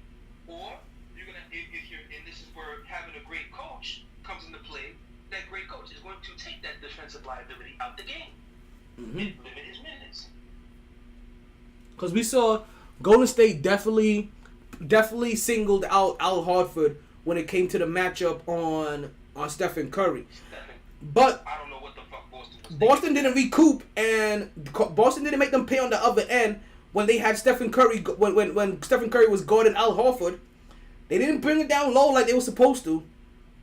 Like they kept on being. I mean, to Curry's defense, he's not no bitch down there no more either. Because there were a couple times where they did do it, and Al didn't, and stepped in full like he used to. Come on, man. I understand he's not gonna fold like he used to, but you're big old skilled Al Horford. When listen. I'm not saying this that Stephen Curry doesn't have that because. Size wise, like it's probably like me trying to guard. It's probably like me trying to guard you. I'm gonna take the challenge, but in true moments, yeah, exactly. Like this should like with the right counter move, I should lose. Like, but I mean, I may get it. What's that? You know what that is? That's just me finding a moment to give Steph Curry some love on the MyT Sports Podcast. Okay. But of course, my number one instinct is Al Horford. Yo, you light-skinned motherfuckers. He's Dominican though. A moment like that is where I need a nigga like Zebo in this game. Is where I need a nigga like you want to put this on me, bitch? If this ball go anywhere else other than my hand right now, I'm fucking up the entire locker room. But you see what happens though? That's also the difference slightly between the past game and the current game. Right, and I'm just gonna put on a difference. I'm not gonna say he's better than anyone is better than the other. Is that it's not so much that in the past we would have given it to the big man when we saw the matchup. If we missed that matchup, the big man would have been demonstrative about that matchup so that we can get him the ball. He wouldn't just lackadaisically see Stephen Curry on him and be like, "Oh, I'm gonna go out to the wing. Oh, I'm not going to get this ball on this possession." No, at some point in time, you're going to go to your team like, anytime you see him on me, you give me that ball. This is not even barbecue chicken. This is a goddamn Lunchable. Listen, what we should have saw at one point during that NBA, we should have saw a moment where they were showing Al Horford going insane on the sideline because they're not getting him the ball with Stephen Curry on him. Like that's because honestly, this is what is left out of the game. That should be disrespectful. And I think that's what's forgotten. That should be disrespectful. That you think you can get away as a 6'10", 260 pound, whatever, 230 pound, whatever the fuck I am, that you're gonna put 6'2", 175. I almost outweigh him by 100 fucking pounds. 80 pounds, and you want to put him on me? That is disrespectful. I'm gonna put my nuts in his face. Couldn't be me coaching. I'd have been like, listen, fuck that. Couldn't be me playing. I would have lost my goddamn mind. You're getting benched. You're getting benched. You don't pass him the ball, you get benched. But like I said, You get benched. It goes to show. And you know what? You know what's funny too? No. You know what? No. I just realized something. Al Horford gets it even worse. Al Horford gets it even worse for not calling for that ball. Because he comes from the era when you had to call for that ball. We forget how long he been in the goddamn game. Exactly. He came from the era when he was taking Atlanta to the playoffs. All he did was work out of the post. And he was undersized. Exactly. So he knows how to use his... Oh my God! Oh my God! Oh my God! No. I'm mad at you even more now for even taking up for Steph Curry in any little bit. And I know you're trying to throw him some love, but holy... You see this finesse Al Horford like you forgot that nigga's Atlanta Hawks team back in 08 took Holy 7 shit! the very first year. Holy shit! And then got to Boston. Completely forgot. For half a second. That Al Horford comes from the big man in the post era. He was guarding the big man in the post era. He was playing center at 6'9". He was playing them on defense. He was scoring on them on offense. And oh my God! And you know what? This is just as bad as fucking you know what? It's just as bad as Ben Simmons not dunking on goddamn Trae Young. And that was for a wait, hold on. And guess what? Ben Simmons made it a hot line. Al Horford just made it a hot song. Sorry, we out of here. Oh.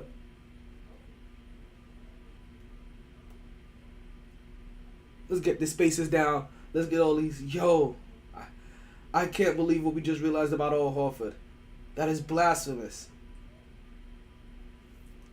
And let's end this here. Thank you guys. We went over. Of course we went over a whole hour.